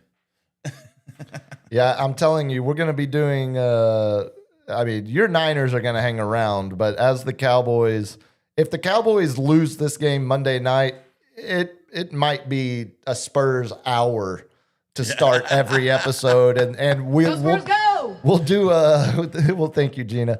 We'll do a Cowboys minute from now on if they lose this game. They won't even get a full segment. Niners minus 2.5, which I still can't believe the Cowboys are bigger favorites than the Niners are, but that's how Vegas builds their casino. That's how they build those buildings. They count on those injuries, man, but we've been playing next man up for 7 years now, so put some spec on my name. We'll do the rest of them in order as they are played, which means the noon window, Bucks at Bills, both 6-3. Bills coming off the embarrassing loss to Miami. Yes. Buffalo minus 5.5 at home. A big number going up against what we all think is a good team in Tampa. It's a good team, but they're depleted. Still no Yep. Godwin. Yep.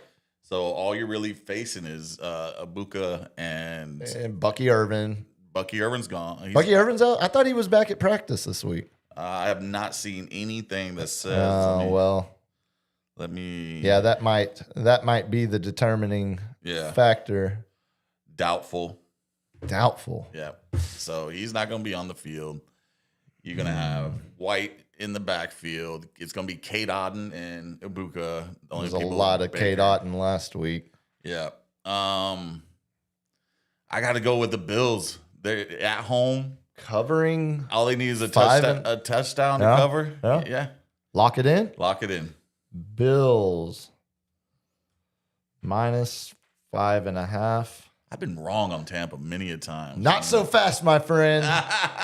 I've been wrong on Tampa many a times too, but I'm willing to be wrong again. Oh, he's going with the bake show. I will take back the cheating girlfriend. Give me the Bucks plus. If you're giving me Baker Mayfield plus 5.5 points, I will run to the bank with that. But I also that OU trash. That Texas Tech trash, that Lake Travis trash. He might have even been technically enrolled at TCU for a split second before Gary Patterson ran him out. I think I remember saying, if you're giving me Baker Mayfield and the points, then I'm taking it. I think I've said that 3 times this year, and I've lost. Stand by my statement. I've lost every one of those. Yes. So take that as some level of confidence in your pick. Yeah. Elsewhere in order, next up would be 3:00 window. Game of the week, Seahawks at Rams. Rams minus 3.5. You go first on this one. I'll take this one first. I like what the Seahawks do. I think they, like I said a minute ago, I think they're potentially the more complete team. Mm-hmm. But the way the Rams offense is playing and the fact that they're at home, I think I'm leaning Rams to cover. It's 3.5. The half on that hook, that half-point hook on the field goal does make me nervous because I think this is going to be a close game. Yeah. I think potentially this is a 24-21, 27-24. I think that half hook is going to be what burns me. But I think the chances of the Rams winning this game are more likely than the chances of that half-point hook burning me. So I will take Rams to cover the 3.5 points. Well, sir, the one way you beat Matthew Stafford is pressure. Yep, put him on the ground. And how do you create pressure? With lockdown coverage in the backfield. Reek Woolens looked great again the last couple of weeks. Former UTSA kid got benched and now back in the starting lineup due to injury. He's had a good run, pass breakups the last couple of weeks. Sam Darnold, solid, as his PFF rating, as you would say, is solid. James Ndambunka. There it is. JSN. He is becoming easily one of the top 5 best wide receivers in the game right now. Hard to argue. Charbonnet is coming off that 1-2 punch with Walker and Charbonnet. Dude, Charbonnet's been winning us fantasy games. Yeah. That was one. Honestly, I got him in one of my keeper leagues, and I picked him when he was a rook, and that's one of Zeb's most underrated draft picks. That one. It's the Jonathan Taylor. No. But I mean, to have Charbonnet in that flex spot, like he's literally been deciding games for us. When he has a good game, we win. The games we lose are when Charbonnet is under 5 points. Yeah. So all that being said, you're taking Rams just like me. I'm taking Seattle. Oh, really? Yeah. They play better on the road. Lock it in? Lock it in. Okay. They play just like how they're undefeated on the road right now. The Rams play worse at home. Well, they're 3-1 at home, though. And what's that one? San Fran, right? Yeah, that's what I thought. Because that's Levi's South, baby. Okay, Rams. That's our stadium. I'm taking Rams. You're taking Seahawks. So that means you get the 3.5 points. And then rounding it out, Sunday night, right? This is Sunday night football? Yes, Sunday night football. Lions at Eagles. Eagles favored by 2.5 points. The Lions have been a team that I've consistently gotten wrong this season. Every time I pick them, Aiden Hutchinson is healthy. Mm-hmm. Did they do any good draft trade deadlines? Weren't too active. Weren't too active. Not that I can. I mean, the Eagles were active. We saw Phillips debut for them last week and have an instant impact in that game against the Packers. With all the turmoil that's happening in that locker room in the Eagles and their star wide receiver telling people to bench them in fantasy, and it's a S show in there. Well, the Lions offense has its own issues too. Dan Campbell took over play calling duties last week. Mm-hmm. Strategically took it over when he's going up against that bad Washington defense. Wow. But still, he took. I love you, Dan. Got a little momentum going in there. He took. They lost 2 weeks ago to Minnesota. Mm-hmm. Dan takes over play calling duties. They put 44 on the board against Washington last week. But there's some offensive turmoil within the Lions building too right now. If you're gonna give me Dan Campbell calling plays, Jahmyr Gibbs outplaying Saquon Barkley, their top receiver, St. Brown, and you get playing 2 better points. than there. Yeah, I'm picking Detroit. Man. That's all day. Man. That's all day, baby. I thought I could convince you with the Lions playing outside at night. No. Dan Campbell taking over. Link in its aura. Demoting his offensive coordinator. You're going to be hearing some boos, sir. You're going to be, I put that in the books. I want to see Dom and Dan Campbell cage fight. I think that would be, I would You're talking about the security guard? Yeah, Big Dom. Big Dom. He's got more chains than you now. Every time I see him, he adds a chain to his outfit. He's becoming the memification of what Philadelphia Eagles football is.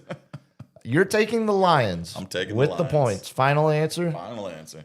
Locked in. Lions plus 2.5. Man. So right now, we both took the Cowboys. We both took the Niners. But then we split the other 2 games. So if I go against you here, we would have 3 games where we're split on. We would guarantee not to end In a tie. in another tie at the end of this week. But that means that you're putting me in the position of 1, picking against Dan Campbell, 2, picking in support of the Eagles. Those are 2 things that are pretty difficult for me to follow through Hey, on. I had to pick the Cowboys, man. You don't think I'm reeling over here? Picking against Dan Campbell is harder for me to follow through than committing to do the dishes after. buddy. No, I'll do them. Don't worry about them. I'll get to them. I'll just set them in there. Yeah. No, I just got soak. 'em. Just let's soak them for a while. I'm like as has been well documented on this show. I'm a bit of a soaker myself. He loves soaking. I do love soaking. I do think the smart play is Eagles here, because you're getting less than a field goal that they have to cover. I think that defense, the way it's playing, is where I would have more faith, because I do think the Lions have questions in terms of offensive consistency right now, and we're just as likely to see the offensive struggles that we saw before Dan took over play calling, even though he's now calling the plays. I don't think is the solve all be all solution. But all that said, I can't pick against Dan. I gotta take Dan, just in case it gets back to Dan's lovely folks. He's gonna give you a pep talk. Yeah, just for that, let's check in on Dan Campbell, the program that Dan Campbell built. Mineral Wells came back. Uh-oh. Yeah, Dan, we might need you to take over play calling those duties. Cigarette smoking high schoolers.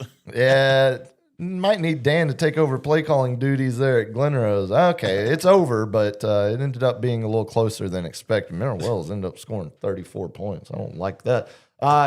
So final picks. Both have Cowboys, both have Niners. I've got the underdog Buccaneers. You've got the favored Bills. I've got the favored Rams. You've got the underdog Seahawks. And then we both take the underdog Lions. Yeah. Let's win them all. Should be a good week. Let's real quickly, before we get to lightning round, I do want to mention it's a bit of an elimination weekend in college football. In fact, let me mark this 9:50. This will be a quick kick on some college football. The elimination games, number 11 OU at number 4 Bama. Yeah. Bama. OU loses, they're out. No question. Yeah. That would be their 3rd conference loss. Bama is still undefeated in conference. They just have the bad loss to Florida State at the start of the season. And then number 10, Texas at number 5, Georgia. Mm-hmm. And that's the game of the week. Yeah, this is the night game. ABC, which Between the hedges. don't have on YouTube TV. Yeah, dude, it doesn't. You can sign in on your computer and get a $20 credit. Yeah, I yeah. didn't know that. You know what that is? That's appeasing the proletariat. Like, take your $20. We're still fighting it. The corporations, we'll figure out what's in your best interest. But in the We're meantime, doing this for you guys. here's a $20 bill. Don't spend it all in one place. There is some argument to be made that the Texas game, if Texas loses this but ends up winning out the rest of the games, beating A&M, there is some wiggle room, some scenario. Because they lost to the number 1 That's correct. Ohio State non-conference game. Right. So they would still only have 2 conference losses. Granted, one of them's a bad loss to Florida. But there could still be, they would have more life than Oklahoma would. Yeah. If both lose on 3 conference Saturday. games, 3 conference losses, and then you lose to you're out at They that still point. have Texas in the ESPN little playoff bracket outlook. They still have Texas in. You got to win. You can't leave it up to what everyone else does. I mean, because here's the other deal. The team that Oklahoma and Texas are pretty much going to end up being directly compared to if all three teams went out, the third team being the one, Notre Dame. Yeah. Notre Dame has 2 losses. They're favored in every game left on their schedule. Mm-hmm. They're more than likely going to end the season 10-2, not playing in a conference championship game. Mm-hmm. They have their toughest test left on the schedule this weekend, traveling to number 22 Pitt, who, since Pitt changed their quarterback 5 weeks ago, all of a sudden they're a top 3 offense in college football. Whoa. The quarterback is they've really taken off. I think it was injury related. We also talked about, I think it was Tuesday night, we were talking about how Coach Daly out in Seguin, his son, who's the quarterback, is committed to Pitt. Like, Pitt is recruiting the hell out of Texas right now with this current coaching staff. Yeah. And all the NIL money they have available. They're choosing wisely and hitting 3A, 4A high schools. The best state in the country. Exactly. So I don't think it's going to be a walk-through victory for Notre Dame this weekend. So you look at, that's number 9, 10, and 11 in the country. Mm-hmm. All of them currently with 2 losses. So I include Notre Dame in this trio of elimination games. Obviously, they have the easiest opponent going up against Pitt instead of Bama or Georgia. But if Notre Dame loses that game, they're out too. But also, if they lose this game, if Oklahoma wins and Texas loses, and then Oklahoma drops it, all of the scenarios are going to fall where the committee is going to have to decide between a 1-loss Big 12 team and a 2-loss SEC team for the final spot, or in a worst case scenario, a 3-loss SEC team versus a 2-loss Big. We got to see how this week plays out. Exactly. We're getting too far ahead, but I'm hoping the chaos ends up with the committee having to choose between 2-loss Utah not playing in the Big 12 conference championship game versus 3-loss Texas. When, you know what I'm saying? Because the committee will say, wow, well, one of Texas's losses to the team that went number 1 all season, wire to wire, after beating the number 1 team at the time, Texas. Yeah. I think you're going to see the committee's going to bend themselves into a pretzel. That Manning on their team. Exactly. It's all they're caring about is what's going to get them the biggest TV numbers, and that's going to infuriate some fan base by the time we get to the final rankings. All right, LG, fire up the old lightning round. Let's get to it. Starting, you kind of mentioned it there at one point.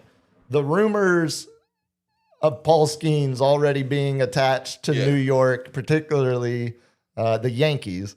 That's one side of the story. The bigger story is Tarek Skubal, back-to-back Cy Young wins. Paul Skeens, Rookie of the Year last year, Cy Young winner this year. I think that's the first pitcher since, I think it was Doc Gooden. Oh, wow. I think that's the last time that happened. I think that's what I saw. Sweet. Someone fact check me on that if that's not correct. I think that's right, though. But yeah, both, and we got news that Shohei was the MVP, National League MVP. That came down earlier this evening. And won Aaron Judge. It's official? Official. Okay. It was like how close was it? 35 first place votes. Oh my God. 20, it was 26. Okay, it was 17. Every single vote for first and second place went to Judge or Raleigh. Yeah. Judge had 17 first place votes. Cal Raleigh had 13. Mm-hmm. And then you flip it for second place votes. It was 13 to 17. So total 355 to 335. Judge edges. It's the right decision. It's the right decision, man. Statistically, if you gave it to Altuve because you cannot forget about his average. That's the same argument, but No, this is like Karl Malone getting the MVP. Cal Raleigh would have been like Karl Malone getting the MVP because people were tired of giving it to Jordan. Yeah. Everyone knew Jordan was the MVP. I mean, Aaron Judge's WAR, what was it, like 9.7? I was looking at it earlier. Yeah. Aaron Judge's WAR was 9.7. Shohei Ohtani's was 7.7. yeah. That's a huge, huge gap. Next closest was Paul Skeens. Yeah. 7.6. Paul Skeens had a higher WAR than Cal Raleigh did. Cal Raleigh 7.3. And that's on a horrible offense of Pittsburgh. Cal Raleigh was closer to Bobby Witt Jr. in WAR than he was to Aaron Judge. Yeah. I thought I've said it all year, and I know it's frustrated you to no end. I thought the baseball writers were going to have the fatigue of Aaron Judge combined with the fact that These Yankees. Cal Raleigh broke the record, most home runs hit by a catcher. He also caught 130 games. I thought they were going to go for the more romantic, poetic choice in Cal Raleigh because that's what baseball writers do, but they made the right decision. Yeah. I completely agree. I mean, if Judge didn't get injured, he won the MVP last year. He was having a better season than last year. Yeah. And the only thing Raleigh did that was so romantic is he sat on fastballs and hit home runs. But he struck out. I want to see his strikeout.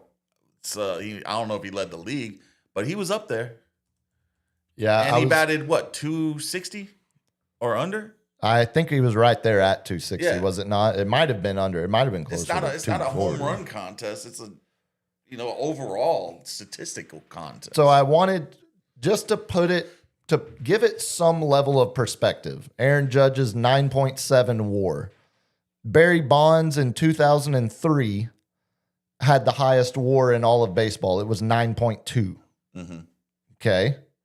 It's pretty significant. Alex A-Rod had the highest WAR in baseball as a 20-year-old and a 29-year-old and a 31-year-old. All of that was 9.4.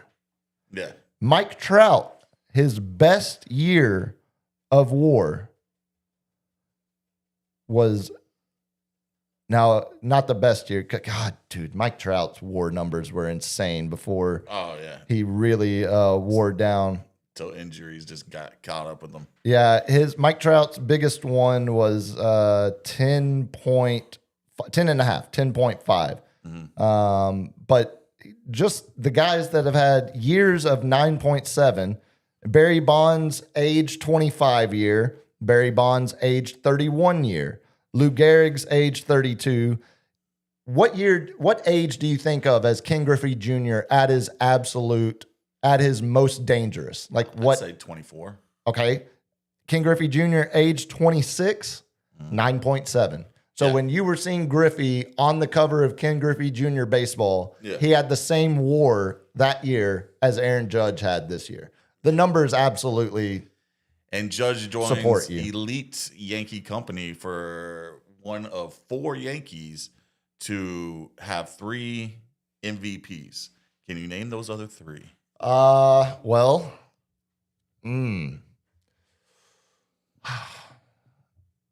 Babe? Nope. Babe doesn't count. Babe didn't have 3 with the Yankees? No, I don't know, man. I don't really know too much of the Babe Ruth history. I know more of the 40s, 50s, and Gehrig? 60s. Yeah, Lou Gehrig. Yeah. No. No? But Oh. no. Now you're tripping me up No. on Yogi Berra. Yogi. Yogi has 5 or 6. He was a masher. Mickey Mantle Yeah. and Joe DiMaggio. And DiMaggio. Okay. Yeah. Man, that's kind of surprising. That's kind of surprising that Gehrig never won. I think multiple. I think he won 2. But He this won is 2. 3. This is 3 or more. Oh, heard. I Yeah, was thinking a lot of yeah. people won 2. Yeah. But 3 or more. I think. How many does Yogi? I think it's 7. He has ridiculous amount of MVPs. Yeah, that's absurd. That is the definition of ridiculous. While you look that up, I got another one. LG, hit me. Did you see any of the new All-Star format for the NBA? No. So, as much as I defend the Emirates NBA Cup, I kind of think the NBA is doing a little too much with this new All-Star game format. Let me know when you have the number. I think did Yoki everyone has anyone for it? If you So he had 3. okay, I know he was like a 10-time All-Star or something at his position, but the only person to have 4 MVPs, no other player in the MLB has won 4 MVPs until today with Shohei Ohtani. and that's 4 and Barry Bonds. consecutive unanimous. Yeah. It's ridiculous. No, I think he didn't win the one because he got injured in one of the years. I guess it's counting when he qualified because I saw it was consecutive. I guess based on qualifying, if he plays enough games, he qualifies. If not, so the NBA All-Star Game format, it's going to be USA versus the world, which I'm interested. Okay, it's the weird thing is they're going to take 5 starters from the East, 5 starters from the West, like normal, like they've always do. 7 reserves, like they always do. So it's 24 total players, like it's always been, or at least for the last few years. The difference, one, positions no longer matter. They're just taking the 5 highest vote getters as the starters. So you don't get the 3 backcourt, 2 front court, or however they had it. So I think I had that backwards. But the other part of it, because it's USA versus world, they're guaranteeing that 8 of the players will be from the world side and 16 of the players will be from the USA side. Because what they're doing is they're going to have 3 teams of 8 guys.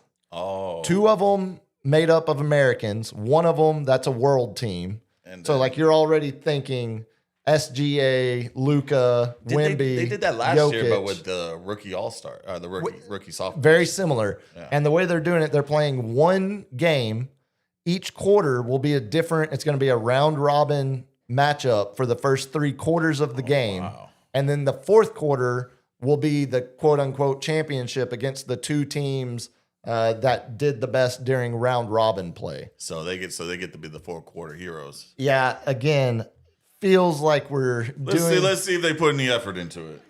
Right. Maybe the USA world will cause some level of commitment that hasn't been there. The other thing is it's on NBC this year because NBA on NBC is back, and it's tying into the Winter Olympics that are taking place. So that afternoon, you're going to have a USA hockey game. And as soon as that game ends, they're going right to the NBA All-Star game, which means it's not going to be a primetime game anymore. It's going to start at like 4 or 5 o'clock, which I do kind of like that. Because if you're not going to put effort into it, at least get it over by early. 7 or 8. Yeah. Hit me, LG. Doing too much, though. Shout out to the AI overlords with the laugh of the laugh of the season, who offered me a trade for CeeDee Lamb and Godson, that my tight end out of Chargers, LA Chargers. You've been talking up, yeah. And he was trying to give me Deebo Samuels and Crosby Merritt. I know you're doing a bit on that one. It doesn't hurt to ask. Nah, like trade deadline. Your season's over. He over. sent it to me at 5 o'clock right before the show. I was like, "Yeah, you getting on the air." Your season's over. What do you need them for? You're not going to make the playoffs. My season's just beginning, baby. I don't like the way you say that. I don't like that one bit. Hit me, LG. I teased MLS news as I was giving you way too much information earlier about Jordan Morris and his career arc. Those damn injuries kept blowing his knee out. MLS announced today they're finally doing something they should have done years ago. Right now, the MLS season starts in February and ends in right now, basically. It ends, it's like February through Still go through the heat of the October, summer. November. It's changing. They are going to finally match up their season with the majority of the rest of the world. Yeah. They're going to follow the European calendar now. So we don't have to have our players going overseas. Exactly. And we can have, like, we're going to have, when FIFA calls an international window, we're going to be able to call all of our best players now because they will be lined up in the same windows. Yeah. They won't, you won't have the Colorado Rapids saying, yeah, look, I know y'all want to call in this 20-year-old stud, but we really need him for a Tuesday night matchup against Real Salt Lake. You know, like, I wonder if they're going to start putting disclaimers in their contracts being like, you can't play a full season here and then a full season over in the U.S. It wouldn't surprise. I mean, there's still MLS is the most gimmicky, controlled economic structure of any of our leagues. It's a single payer, it's a single owner entity. So the league technically owns all of the teams, and they license them out to people. That then it's very, and there's a crazy salary cap structure. But if you're Miami, you can sign 3 dudes that played together at Barcelona. Yeah. But if you're Real Salt Lake, you better develop that academy, brother. Yeah, you don't have that money. You need to bring in the teenagers. The one thing is, the one holdup, so it'll run from August to April, August to May, like the rest of the world. But they're going to do the same way Germany does in the Bundesliga. They're going to have a winter break. So they'll take off basically all of January and part of February to let the worst weather, because you don't want to be playing in Denver, Snow. Colorado, exactly, or some of the Minnesota. Absolutely not. But celebrate.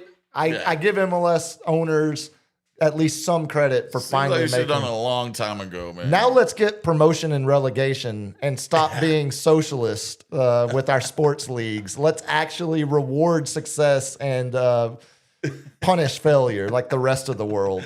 Hit me, LG. One of my favorite players is debuting this week. If you have that video, LG, that I sent through proper channels. Was it sent through the proper channel? If it's not, don't you air a second of this thing. Sent through proper channels. We have established there is a protocol. There's rules to this. This is not Nom, Donnie. There are rules. These men are nihilists. They believe in nothing.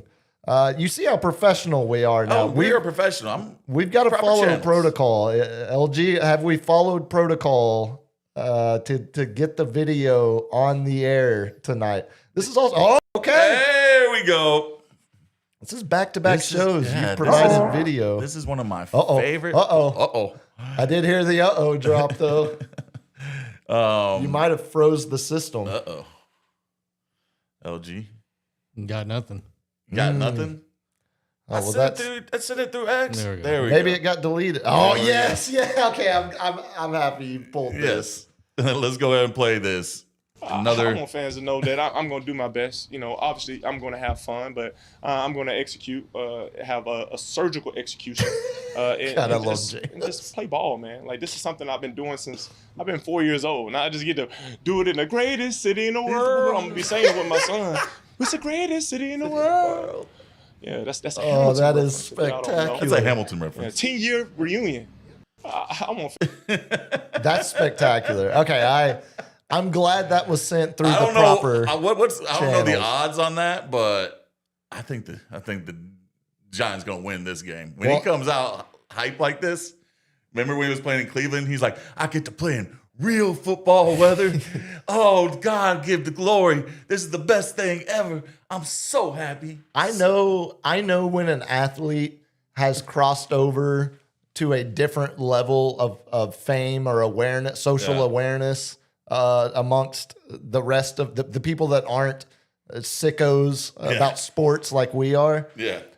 The roommate knows about Jameis Winston and follow, like when he was on assignment at the Super Bowl and he was riding around on the scooter in New Orleans just interviewing people. No, he was driving the rickshaw. Yeah. He was driving the rickshaw carrying people around.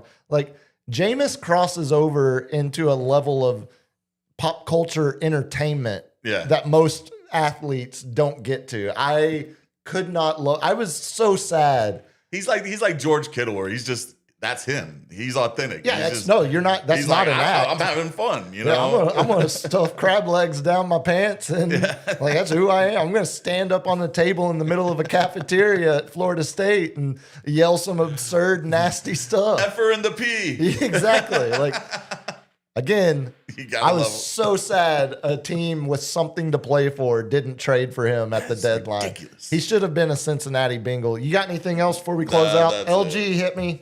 We'll close with this. As you set up the clip, something took place last week at a Valero in Plainview, Texas, a podunk-ass town. I can say that because I'm from one. And I married a Lubbockite, so I can say it about the Panhandle too. Plainview up in the Panhandle, we had a 3-way coin flip straight out of Friday Night Lights to determine who made the playoffs in this district. Go ahead and fire it off. I'll play it underneath you. They've done this before. Right. Okay, we're all going to flip. It's going to go up. God. Red land. They all got their assistants. Coin, It's so great. and it's the odd man out. I mean, the odd man is the winner. So whoever has the odd.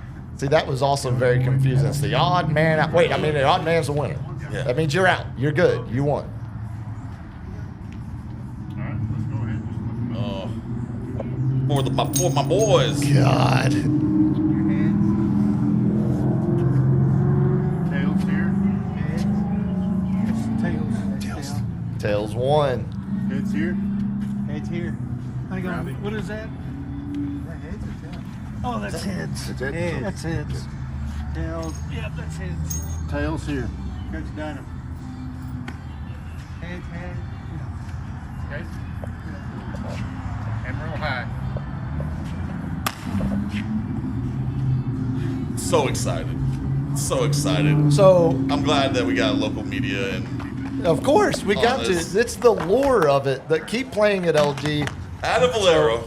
Valero should have sponsored the coin flip.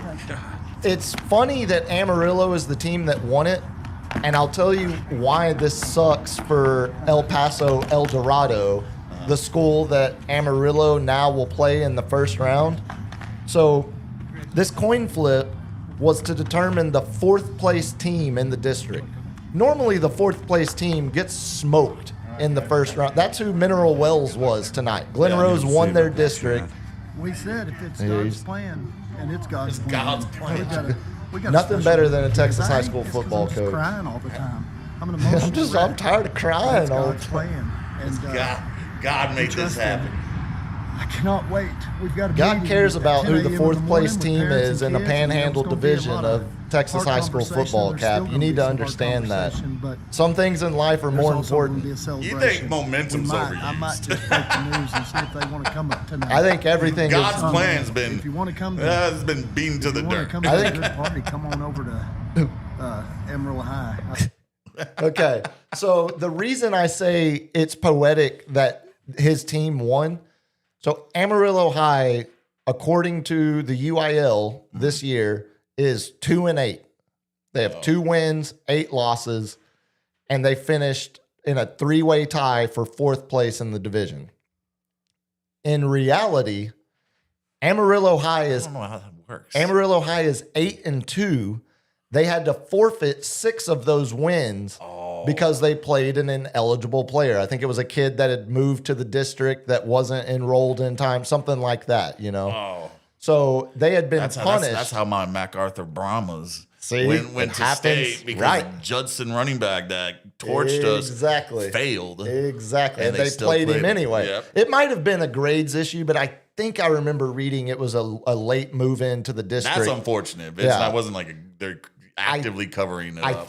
I believe, if I'm wrong on that, someone correct me. But I say it sucks for El Paso El Dorado. Because they're going to get stomped. El Paso El Dorado went 9-1, won their district out there, and was expecting to play a 4th place team. Yeah. Instead, they're playing the team that should have won that district, Yeah. but instead had to forfeit 6 games and now is the 4th place team. So you're basically getting two district winners going up against each other now in the first round, starting this weekend. Got to go through them all. You got to beat them all. That's right. It's like when you have a tough break of a team that's bad all year, but then they get their star player back for the playoffs, and it's like, well, you would have had to beat them anyway. Exactly. A couple other coin flips before we get out of here, because I thought you'd appreciate this. Obviously, the one that's most famous here is the Odessa Permian Midland Lee, like from the book Friday Night Lights, from the movie, and then Permian wins the coin flip to get in, ends up making the run to state, loses to Dallas Carter. I think that was the Jesse Armstead led Dallas Carter back then. And then the 1969 NBA draft, Bucks and Suns tied for worst record. They determined who got the number one pick with a coin flip. The Bucks won that, drafted Lou Alcindor, who would become Kareem Abdul-Jabbar. Yeah. 1970, Bears and Steelers tied for the worst record, coin flip to determine. Steelers won it, took Terry Bradshaw, started a dynasty, all because of a coin flip. And then 1979, the Lakers and Bulls tied for the worst odds in the NBA, or worst record in the NBA.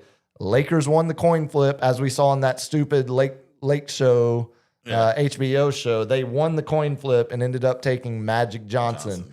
So 3 dynasties that were determined by the flip of a coin that truly altered the history of mainly the NBA, but also the NFL in there too. All these championship teams. And also none of the guys, so like Neil Walk was the second pick in 69.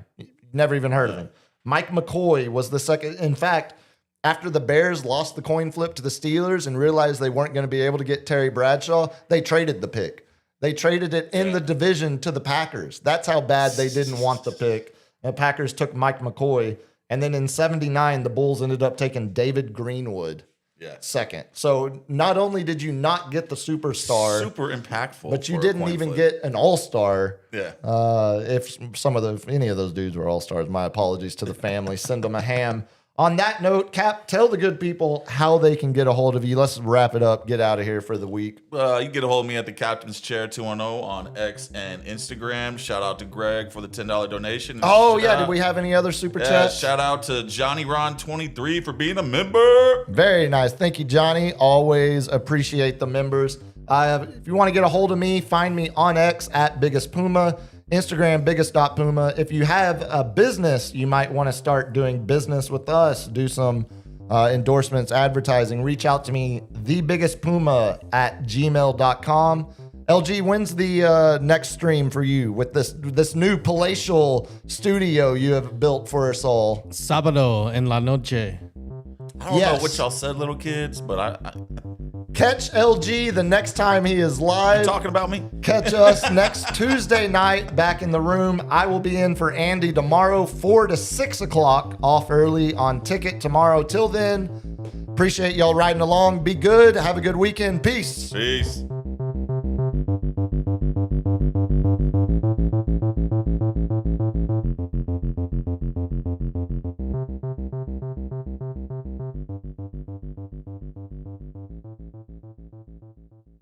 Kids, what do we say about drugs? Only thugs use drugs. Say no to drugs. Yeah!